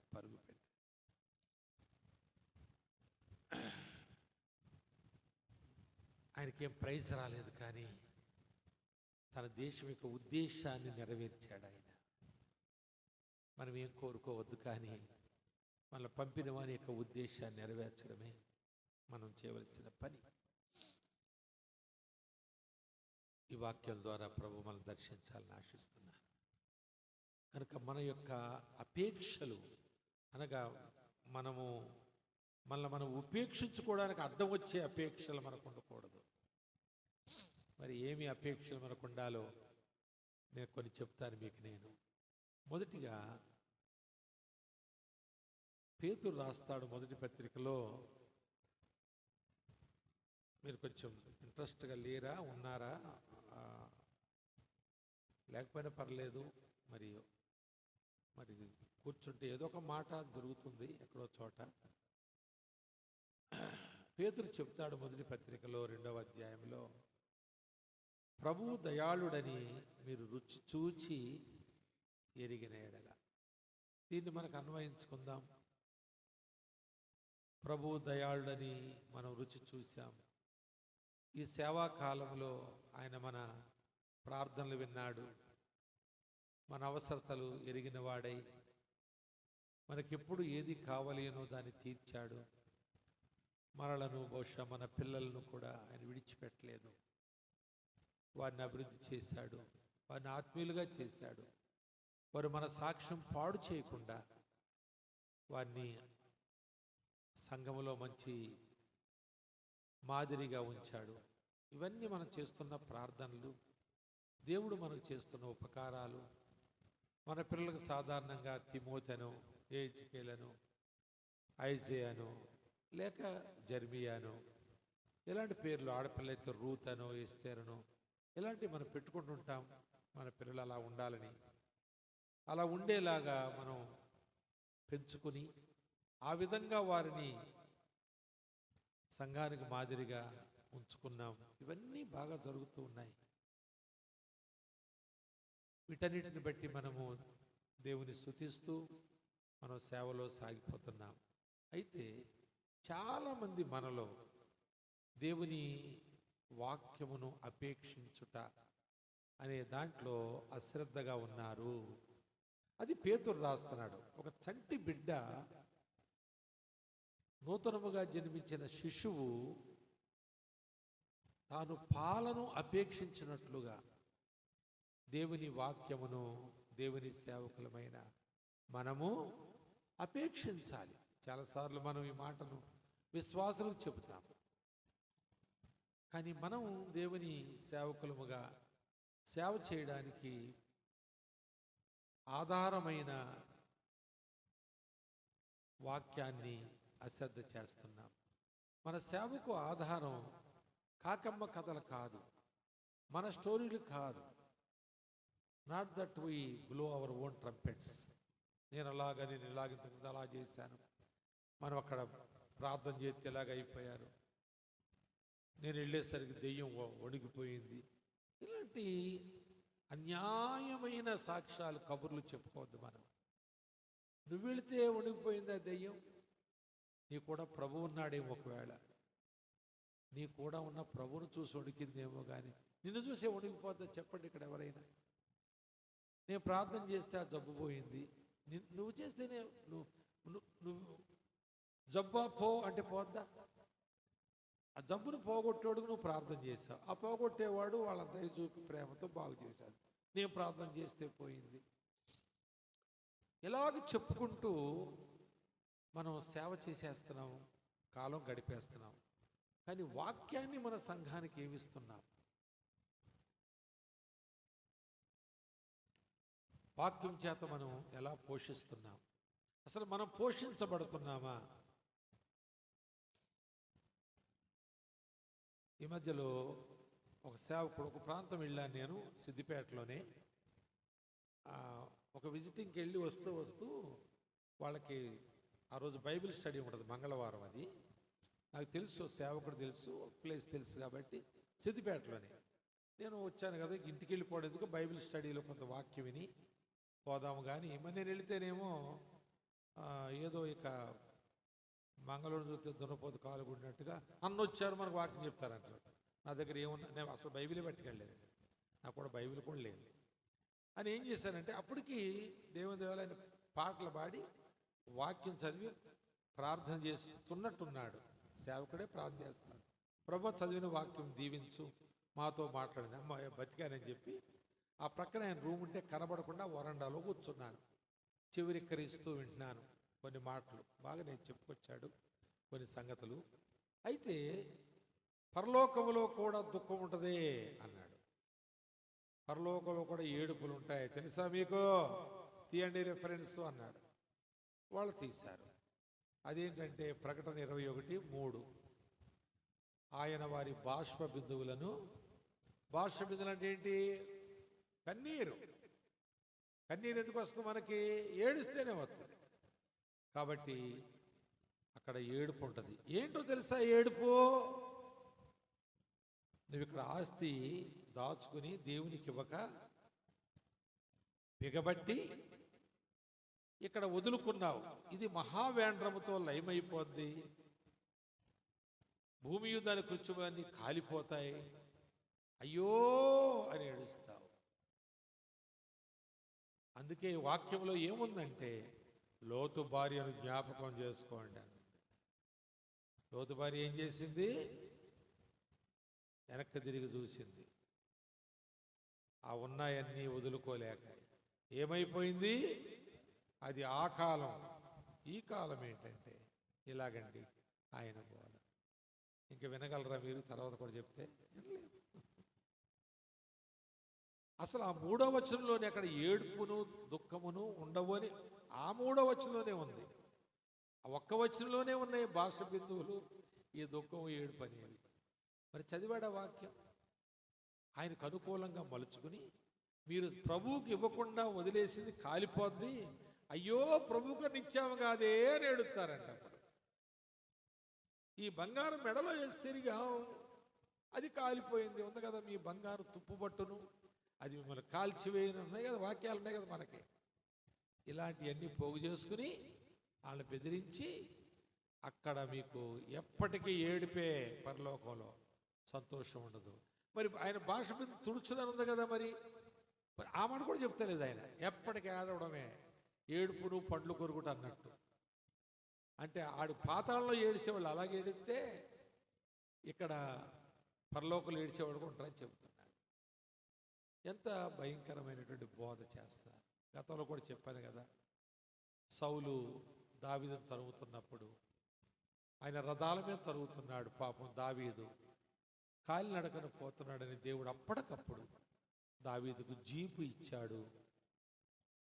ఆయన దాని అరణ్యంలోకి వేసుకొని, జీపు అరణ్యం ఉంది కదండి, అది అప్పటికప్పుడు దేవుడు జీప్ ఇచ్చాడు. ఆయన అరణ్యం దొరకలేదండి, జీప్ ఇచ్చా. దేవుడు జీపే ఇవ్వకపోతే దొరికిపోను. దేవుడు తన దాసుని పక్షముగా ఉండి ఆయన ప్రాణములను కాపాడాడు. హల్లెలూయా చెప్పండి అందరంటే అందరూ హల్లెలూయా చెప్తారు, అందరూ హల్లెలూయా చెప్తారు ఆయన జీప్ ఇచ్చినందుకు. కనుక వాక్య అపేక్ష మనకు లేకపోతే, వాక్యమును పట్టుకుని దాన్ని బాగా నమిలి నమిలి నమిలి, వాక్య సారాంశమే సత్యము, ఆ సత్యములోనికి మనం వెళ్ళాలి. అందుకే యేసు ప్రభు కూడా ఆయన నమ్మిన యూదులతో మాట్లాడుతుంటాడు, మీరు నా వాక్యమందు నిలిచి ఉంటే మీరు సత్యమును గ్రహిస్తారు, నా శిష్యులు అనబడతారు, అప్పుడు సత్యం మిమ్మల్ని స్వతంత్రులుగా. ఈనాడు యేసు ప్రభు శిష్యులు కాని సేవకులు ఎక్కువ ఉన్నారు. యేసు ప్రభు బోధకులు చాలామంది ఉన్నారు, కానీ శిష్యులు కాని వాళ్ళు చాలామంది ఉన్నారు. ఎందుకు కావట్లేదంటే వాళ్ళ దగ్గర వాక్యము లేదు. ఇప్పుడు నేనేదో పెద్ద పండితుడిని మీకు చెప్పడానికి కాదు, మనం వాక్యాన్ని చదవకపోతే, దాని మీద మనసు పెట్టకపోతే, కొంత సమయం వెచ్చించకపోతే, ప్రొద్దుడు లేచారంటే పనులు ఉన్నాయని అది దేవుని పనిలాగే ఉంటుంది. కానీ వాక్యము లేకుండా, అనగా నీలో సారము లేకుండా, సత్యము లేకుండా నువ్వు వెళ్ళి దేవుని పని ఏం చేస్తావు? చేస్తే దానికి క్వాలిటీ ఉంటుందా? పస ఉంటుందా? ఎదుటివారి జీవితాల్లో పని చేస్తుందా అది? కనుక మనకు కొన్ని అపేక్షలు ఉండాలండి. అవి ఏమపేక్షలు? ఇతర అపేక్షలు కాదు. ఎక్కడుందన్నమాట? మార్కు సువార్త 4వ అధ్యాయంలో 18-19 వచ్చింది. ఇతరమైన అపేక్షలు అవి. ఇతరమైన అపేక్షలు కాదు, ఆత్మ సంబంధమైన అపేక్షలు. ఉపేక్షించుకోవాలి మనం. అంటే ఈ అపేక్ష డామినేట్ చేయాలి. ఈ అపేక్షని డామినేట్ చేయకపోతే మనం ఉపేక్షించుకోలేము.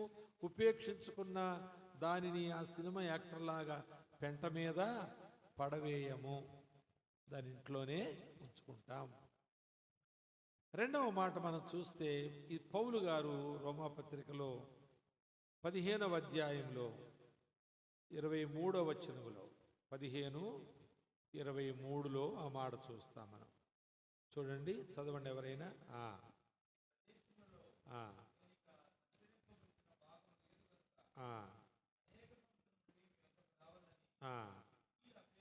అది సహవాసాపేక్ష. సహవాస అపేక్ష అనగా మనం ఒకరితో ఒకరము సహవాసము చేయు అపేక్ష ఉండాలి. మరి రాజుగారు నన్ను తీసుకొస్తూ దారిలో ఒక మాట చెప్తున్నారు. మన మధ్యలో ఒక సేవకుడు ఉన్నారు.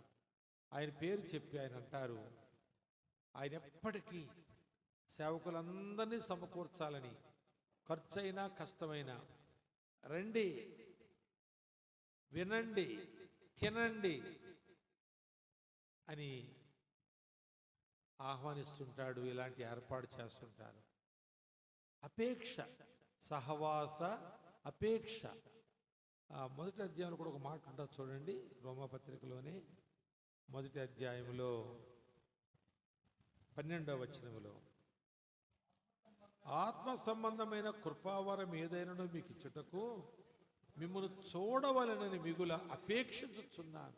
అపేక్ష, మిమ్మల్ని చూడాలని, మిమ్మల్ని కలవాలని, మీతో బస చేయాలని అపేక్ష.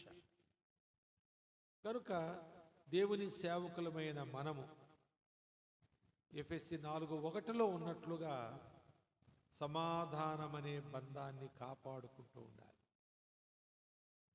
మన సహవాసానికి సిద్ధాంతం అడ్డం రాకూడదు. మనం ఎవరితో సహవాసం చేయాలంటే మళ్ళీ ఎవరితో పడితే వాళ్ళతో సహవాసం చేయాలని మీరు తినేటప్పుడు మాట్లాడుకుంటారు. అందుకు ఇప్పుడే చెప్తున్నాను, నేను విమర్శనాత్మకంగా మాట్లాడుకోనక్కర్లేదు. నేను ఎక్కడే ఉన్నాను, సాయంకాలం వరకు ఉంటాను, అడగొచ్చు. తప్పు చెప్తే దిద్దుకుంటాను, నేను రైట్ చెప్తే మీకు ఎక్స్ప్లెనేషన్, సంజాయిషి ఇస్తాను. మనం ఎవరికి ఏ సేవకులు దూరంగా ఉండాలంటే 3 మాటలు. మొదటి మాట,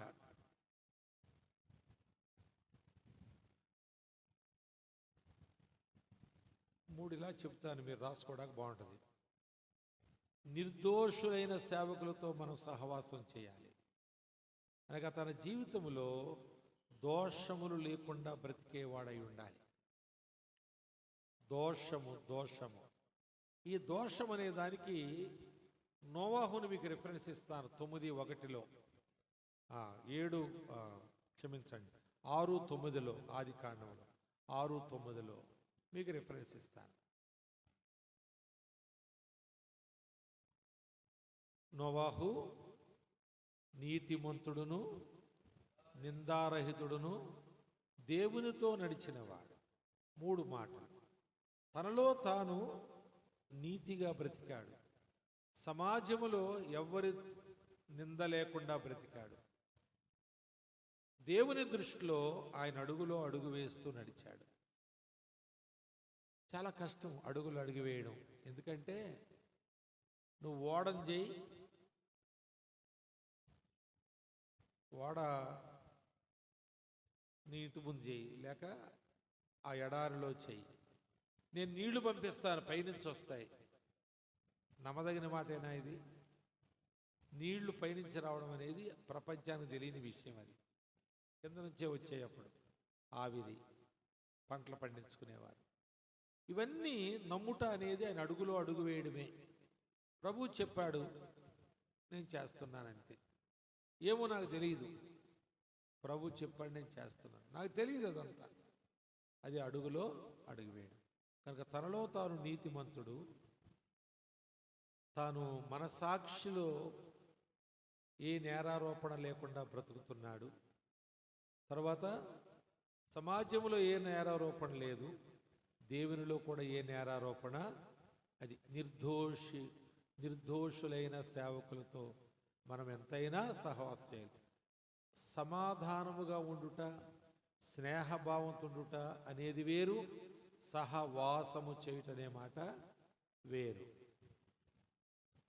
సహవాసము చేస్తే ఓ మాట అంటారు కదా, 6 నెలల 6 అడుగుల నెలలో సహవాసం చేస్తే వారే వీరవుతారు, వీరే ఆ పని చేయకూడదు. అందుకే ఒకసారి నేను పోస్టింగ్ పెట్టాను, ఇందులో నా సెల్ ఫోన్ ఇంటికాడ పెట్టాను, కానీ అందులో మాట పెట్టాను మా వాళ్ళకి. మనము బలపరచలేనంత బలహీనులు ఉంటారు సేవకుల్లో. మనం బలపరచలేనంత, వాళ్ళ బలపరచడం మన వల్ల కాదు. ఒకవేళ వాళ్ళతో మనం పదే ఉన్నామంటే వారు మనల్ని బలహీనపరుస్తారు. నేను పెట్టిన పోస్టింగ్ ఏంటంటే, మనం బలపరచలేనంత బలహీనులు ఉంటారు, మనల్ని బలహీనులుగా చేసేంత బలవంతులు ఉంటారు. వాళ్ళిద్దరికి దూరంగా బతుకు, వాళ్ళ సమీపానికి వెళ్ళొద్దు, సహవాసము చేయొద్దు అని విరోధం పెట్టుకోవడం కాదు. స్నేహభావం తప్పులేదు, సమాధానం ఉండడం తప్పేమి లేదు. కానీ సహవాసము చేస్తే మనం వాళ్ళని బలపరచలేకపోగా వారు మనలను బలహీనపరుస్తారు. అందుకే మనం జాగ్రత్తగా ఉండాలి. అది నిర్దోషత్వం. రెండవ మాట నిస్వార్థం. రెండవ మాట, మనం ఎవరితో సహవాసం చేయాలి? ఎలాంటి సేవకులతో? నిస్వార్థమైన సేవ. తన కొరకు తాను బ్రతకడం లేదు, తన భార్య పిల్లల కొరకు బ్రతకడం లేదు. తాను బ్రతికితే క్రీస్తే, అది నిస్వార్థమైన సేవకుడు.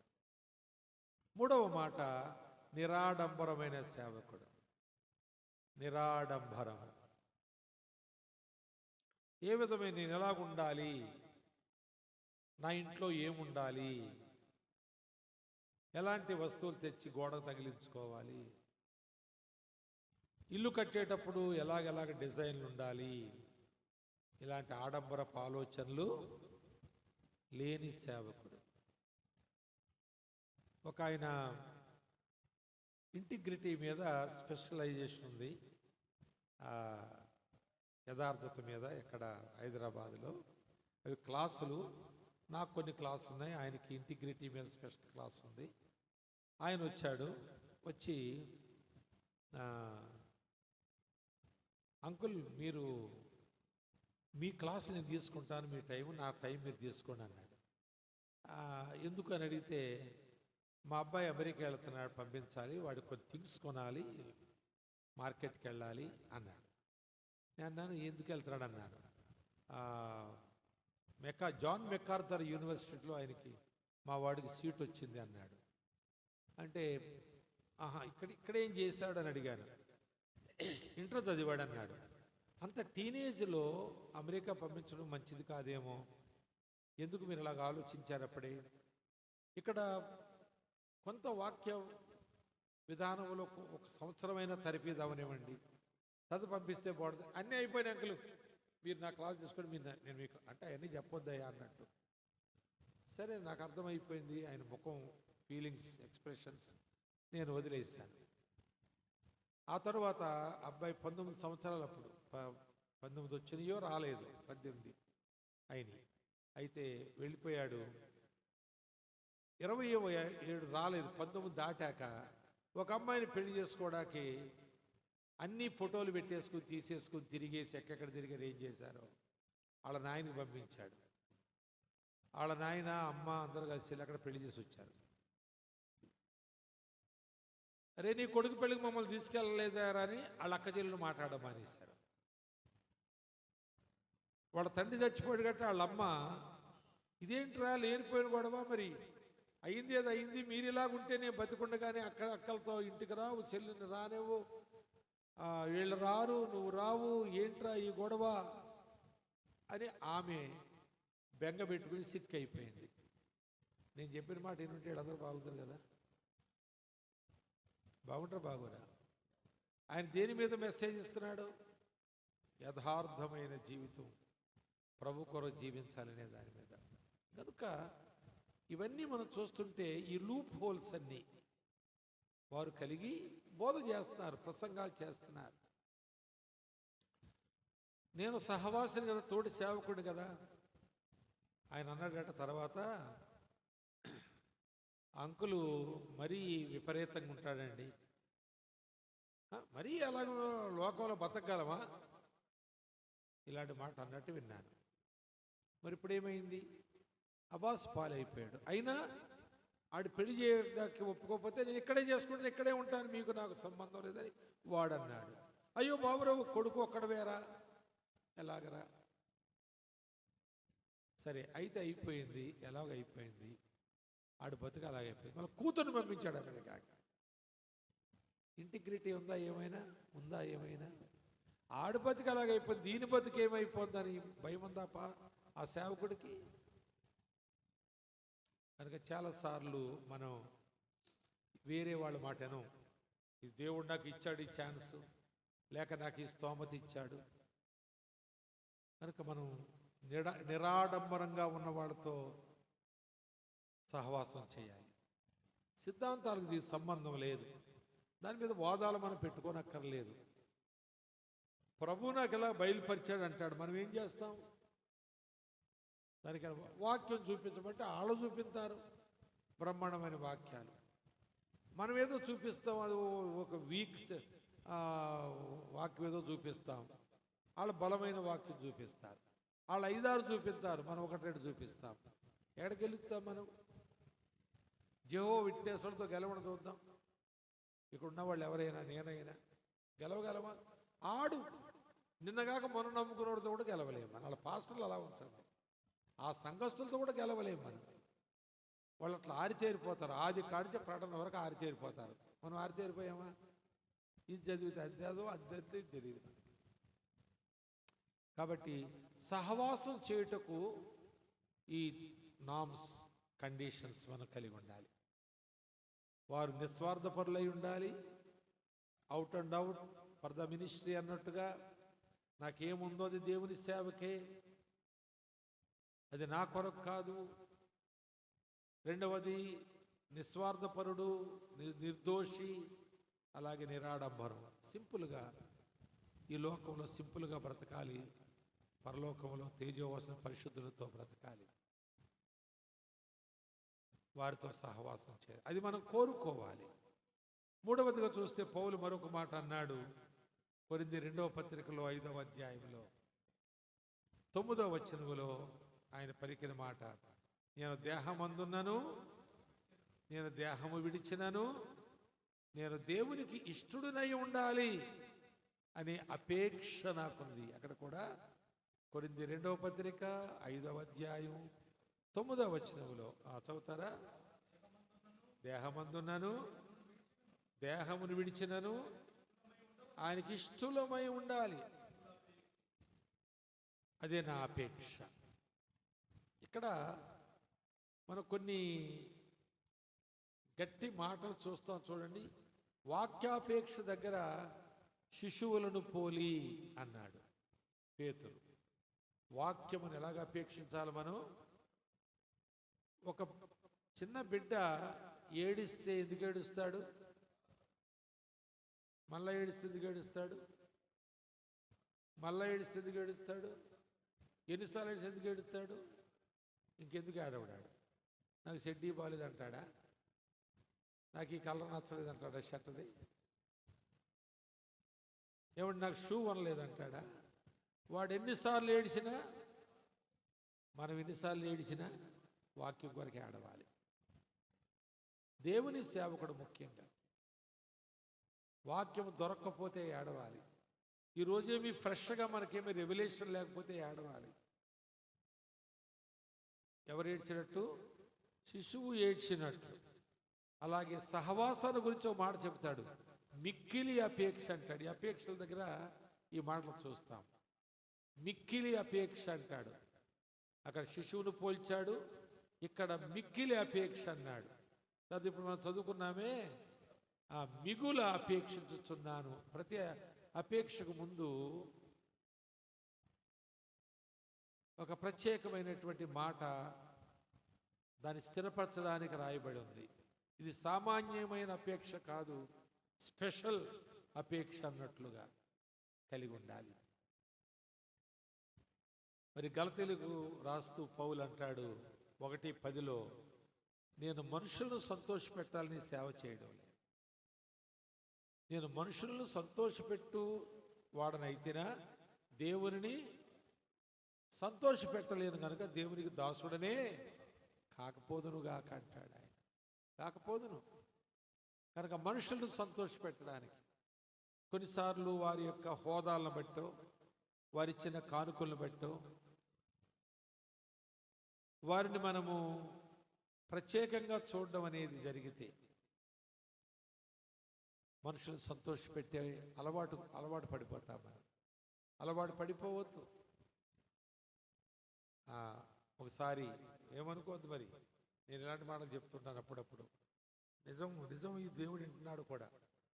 జగన్మోహన్ గారు అత్తగారు సుగుణమ్మ, నేను పులివెందులు పోతాను చాలాసార్లు.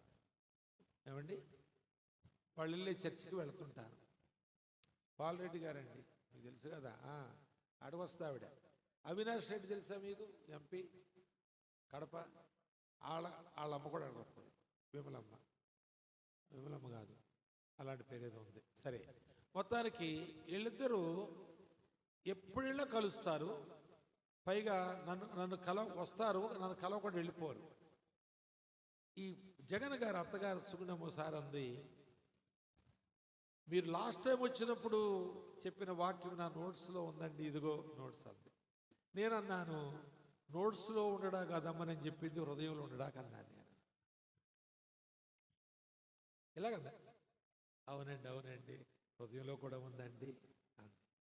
అంటే ఆవిడ జగన్ గారి అత్తగారు అలాగ అందంటే ఇక నేను ఏదన్నా నాకు ఒక అవసరం ఉంటే అమ్మగారు మీతో మాట్లాడాలనుకున్నాను. ఇంత శ్రద్ధ భక్తి అబ్బా అప్పుడు చెప్పింది ఇప్పుడు వరకు ఉందా, నేనెంతో ఎంకరేజ్ చేయబడ్డానమ్మా, వందనాలమ్మా, అదమ్మా ఇదమ్మా అని అనొచ్చు నేను. కానీ అంటే అంటే కూడా మంచిదే, అనొద్దని నేను అనట్లేదు. కానీ నిజముగా మనం ప్రభును సంతోషపెట్టువారమైతే ఈ మాట ఉంది అక్కడ. మీ నోట్స్లో రాసుకోవడం కాదమ్మా, నేను లాస్ట్ ఇయర్ ఇంత ప్రయాసపడొచ్చు బోధ చేసింది మీ హృదయంలో ఉంచుకోవడానికి అన్నాను అని. నాలుగు అడ్డ కాదు సార్. ప్రక్కనే అవినాష్ రెడ్డి గారి తల్లి ఉంది. మా వాడి గురించి ప్రార్థన చేయండి బ్రదరు, వాడు సండే స్కూల్లో ఫస్ట్, యూత్ మీటింగ్లో ఫస్ట్. ఇలాంటి మీటింగులు వస్తే 2 రోజుల ముందే ఈ సౌండ్ బాక్స్ ఇవన్నీ సర్దుకుంటూ కూర్చునేవాడు. వాడు చక్కగా పాటలు పాడేవాడు బ్రదర్. ఈ మావాడు జగన్ పట్టుకెళ్ళాడు, అక్కడ నిలబెట్టి ఢిల్లీకి పంపిస్తే ఆడి చేతికే దొరుకుతలేదు, చర్చికి వస్తలేదు. ఆ ఎంపీ పోస్ట్ పోయేలా పాపం అన్నట్టేమో మరి. ఒకవేళ నేను అన్నానమ్మా, షడ్వ్యసనాలు ఒక వ్యసనం, రాజకీయం అనేది ఒక వ్యసనం, షడ్వ్యసనాలు. అది ఎవ్వరూ తమకు తాము మార్చుకోలేరు, మరెవరూ మార్చలేరు, దేవుడే మార్చాలి. ఇక అదే ప్రార్థన చేస్తున్నానండి అన్నారు. కనుక మనము దేవుని యొక్క బిడ్డలముగా దేహములో ఉన్నను విడిచినను ఆయనకి ఇష్టముగా ఉండేటందుకే అపేక్ష కలిగి నేను సేవ మిగుల అపేక్ష అనేటువంటి మాట అక్కడ మనం చూస్తున్నాం. తర్వాత మరో మాట చూడండి, కొరింథీయులకు రాసిన మొదటి పత్రిక పౌలే అంటాడు ఆ మాట 12వ అధ్యాయంలో 31వ వచనములో, 12:31లో శ్రేష్టమైన వాటిని ఆసక్తితో, ఆ అపేక్షను స్థిరపరిచే మాటలు ఇవి. మీరు ఆసక్తి కలిగి ఉండాలి.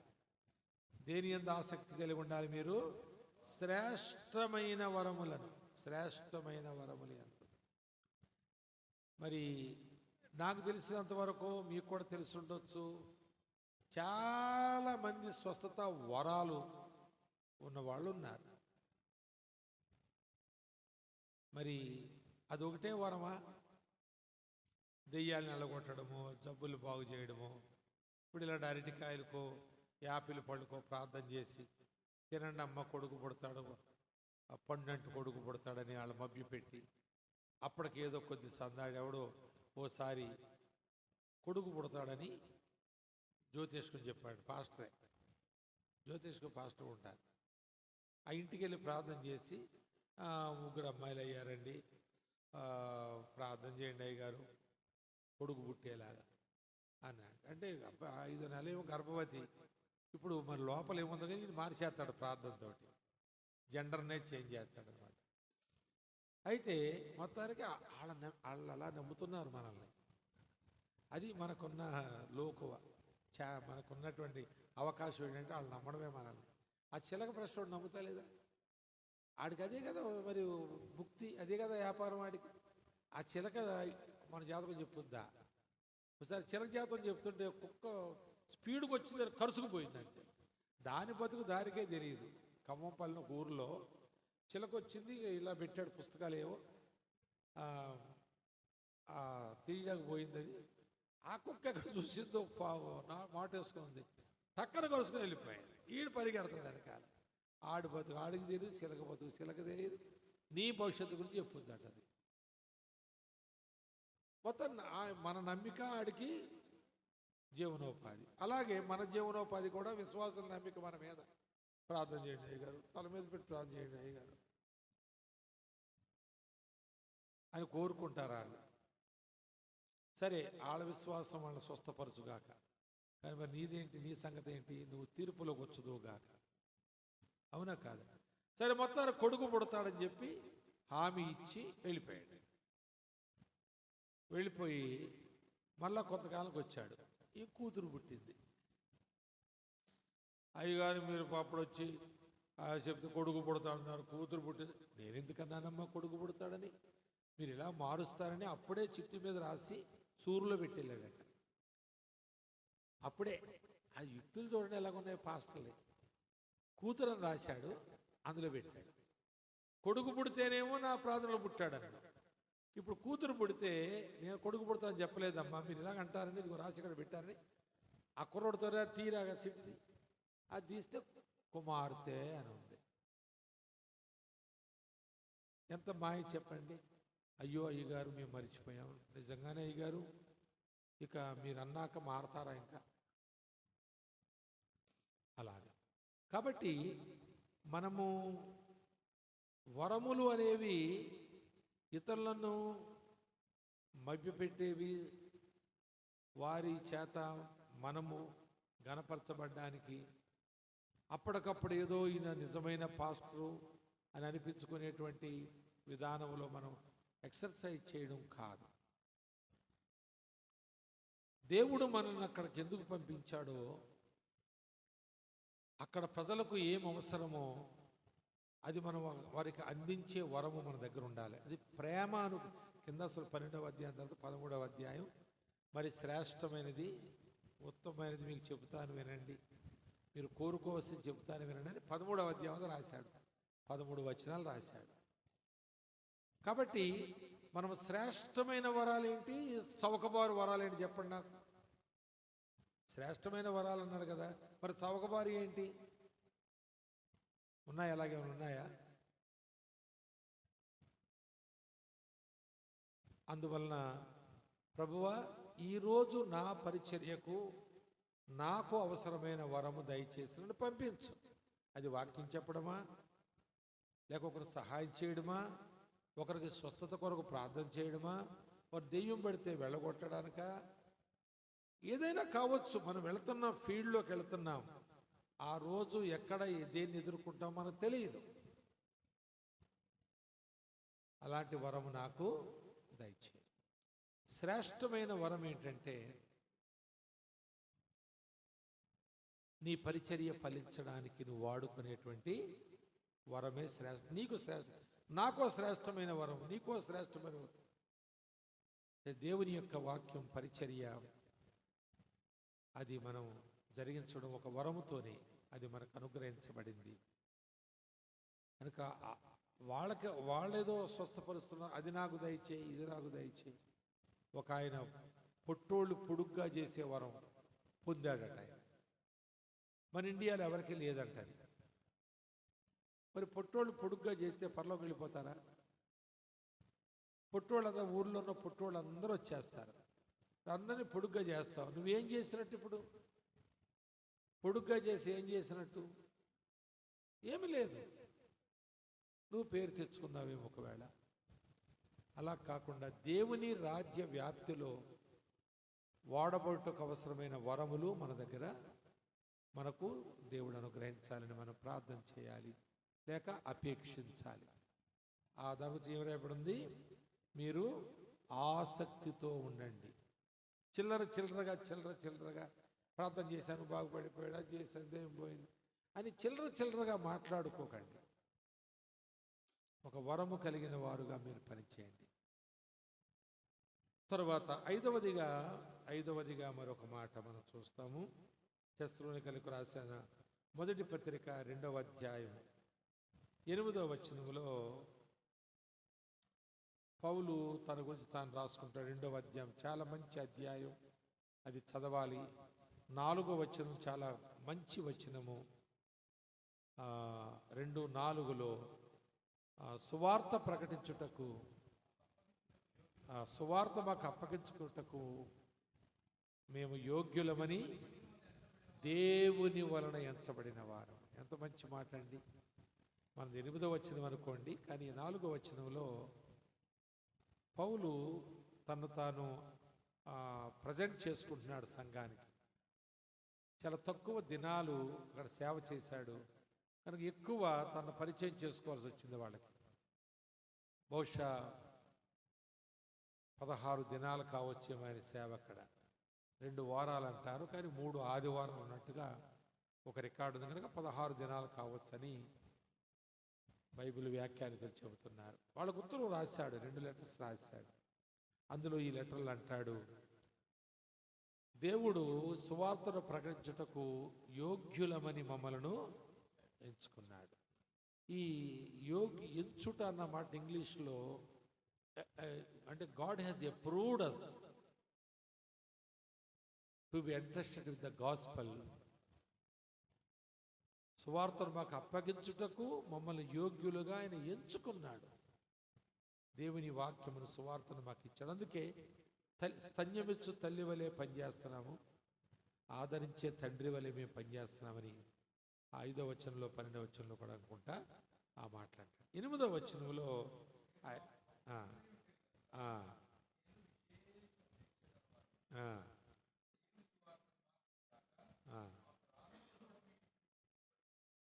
చూసారండి, అంటే సువార్త ప్రకటించు అపేక్ష, విశేషమైన అపేక్ష. అలాగే వారి యందు కూడా వారి ప్రేమను వ్యక్తం చేస్తున్నాడు. ప్రాణము కంటే మిమ్మల్ని ఎక్కువగా మేము ప్రేమిస్తున్నాం కనుక మనం సంఘాన్ని అలాగూ ప్రేమించుట మన అపేక్షగా ఉండాలి. ఓ సేవకుడు తన కుమారుడికి డిహైడ్రేషన్ వచ్చింది. చిన్న కుమారుడు పొర్లుతున్నాడు, అంటే ఒక నిస్సత్తువ అయిపోయాడు, మంచం మీద పడి వాలిపోతున్నాడు. ఆదివారం ఆరాధన, ఇంతలో వదిలేశాడు. ఆ సేవకుని భార్య సండే స్కూల్ చెప్పాలి. ఆ సేవకుని అమ్మాయి అబ్బాయి చిన్నవాళ్ళు, ఈ కుర్రోడు బాగా చిన్నవాడు. డిహైడ్రేషన్తో పడి ఎవరెందుకు పోతుంది తెగ అన్నాడు, మంచం పడి ఉన్నాడు. అయితే ఆరాధనలోకి వెళ్ళిపోయాడు. పక్కనే ఆరాధన, ఇలాగ అయ్యగారు ఎలా ఉందో అలాగా. ఆ సంఘ సభ్యురాలు ఒక నర్సు, షేబా ఆమె పేరు. ఆమె చూసి తన బ్యాగ్, హాస్పిటల్ డైరెక్ట్గా వస్తుంది ఓపీ నుంచి, తన బ్యాగ్ తగిలించేసి ఆరాధనలోకి రావాలి. మార్నింగ్ ఓపీ ఉంటుంది కదా, తగిలించడానికి వెళ్ళి చూసి అరే ఏంటి బాబు ఇలా ఉన్నాడని ఇలాగ చూసింది నా వైపు. నేనేం మాట్లాడలేదు. ఆమె ఎవరినో పిలుచుకుని మొత్తానికి హాస్పిటల్ తీసుకెళ్ళిపోయింది. హాస్పిటల్లో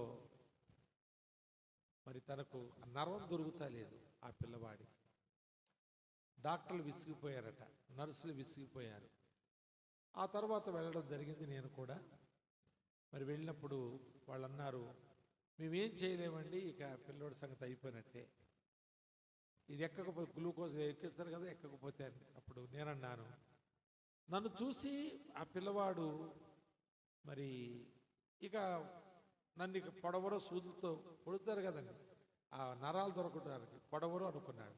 కానీ నేను ఏం చేశాను, కాళ్ళు ఇలా ఒడిచి గట్టిగా తిప్పి నరాన్ని తేల్చాను కాలు దగ్గర, చీలమండ దగ్గర. నన్ను తెలిసి డాక్టర్ గారు, మల్లయ్య గారు ఆయన పేరు నాకు గుర్తుంది, ఇంకా మల్లయ్య గారు నరం దొరికింది, ఇచ్చేసేయండి.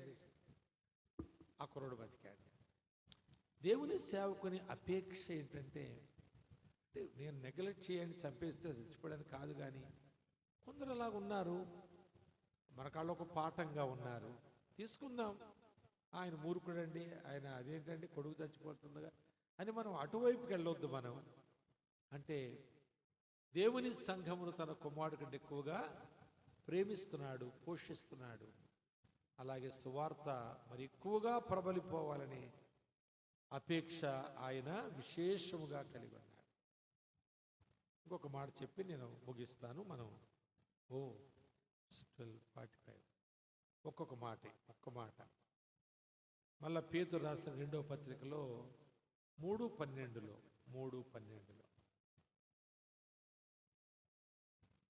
ఆ మాట చూడండి. దేవుని సేవకుడు, ఇందాక పౌలులో ఆ మాట మనం చూసాము. పౌలు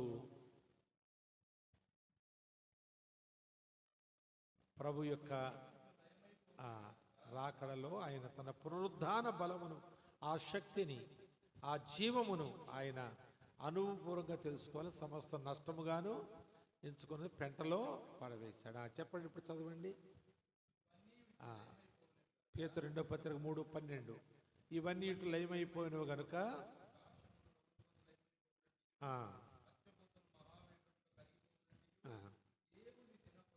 దేవుని దినపు రాకడ కొరకు ఆ, ఆశతో అపేక్షించాలి. దేవుని సేవకుడు ఈ అపేక్ష మనకు ఎందుకు అవసరం అంటే మన సంఘాన్ని సిద్ధపరచడానికి.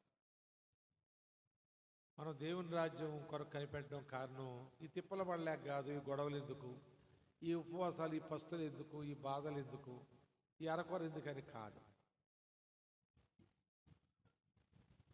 కిరసనాయలు రేషనా దానికి కిరసనాలు తెచ్చుకోవడం డబ్బా పట్టుకెళ్తారు, లైన్గా పెడతారు.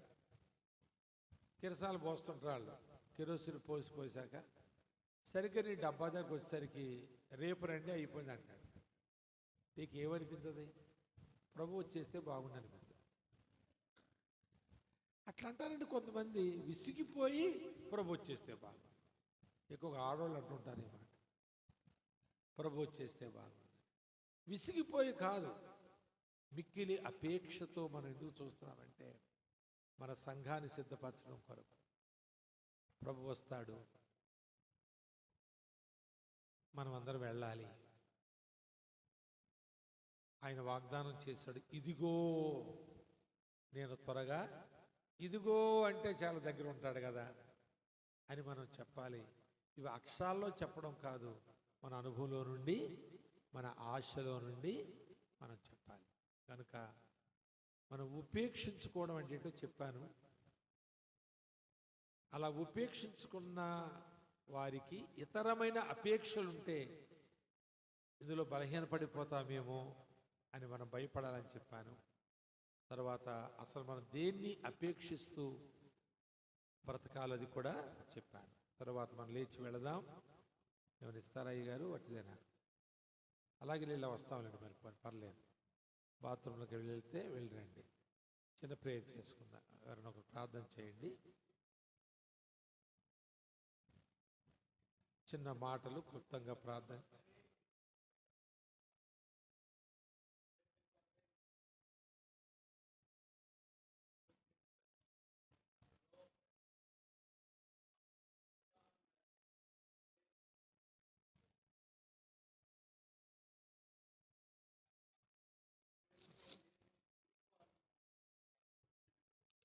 అవును తండ్రి, అవును ప్రభు,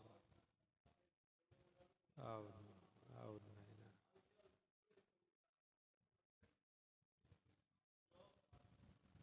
ఆమేన్, ఆమేన్, థ్యాంక్ యూ. మంచిది. అలా వెళ్ళి కొంచెం కాళ్ళు సాగిన తర్వాత మళ్ళీ రండి. ఓ పాట పాడుతున్నాం ఇక్కడ.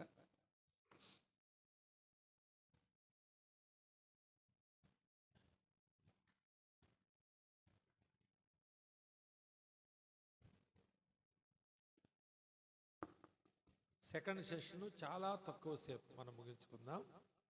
లేదా వద్దండి మానేద్దాం, పర్లేదు.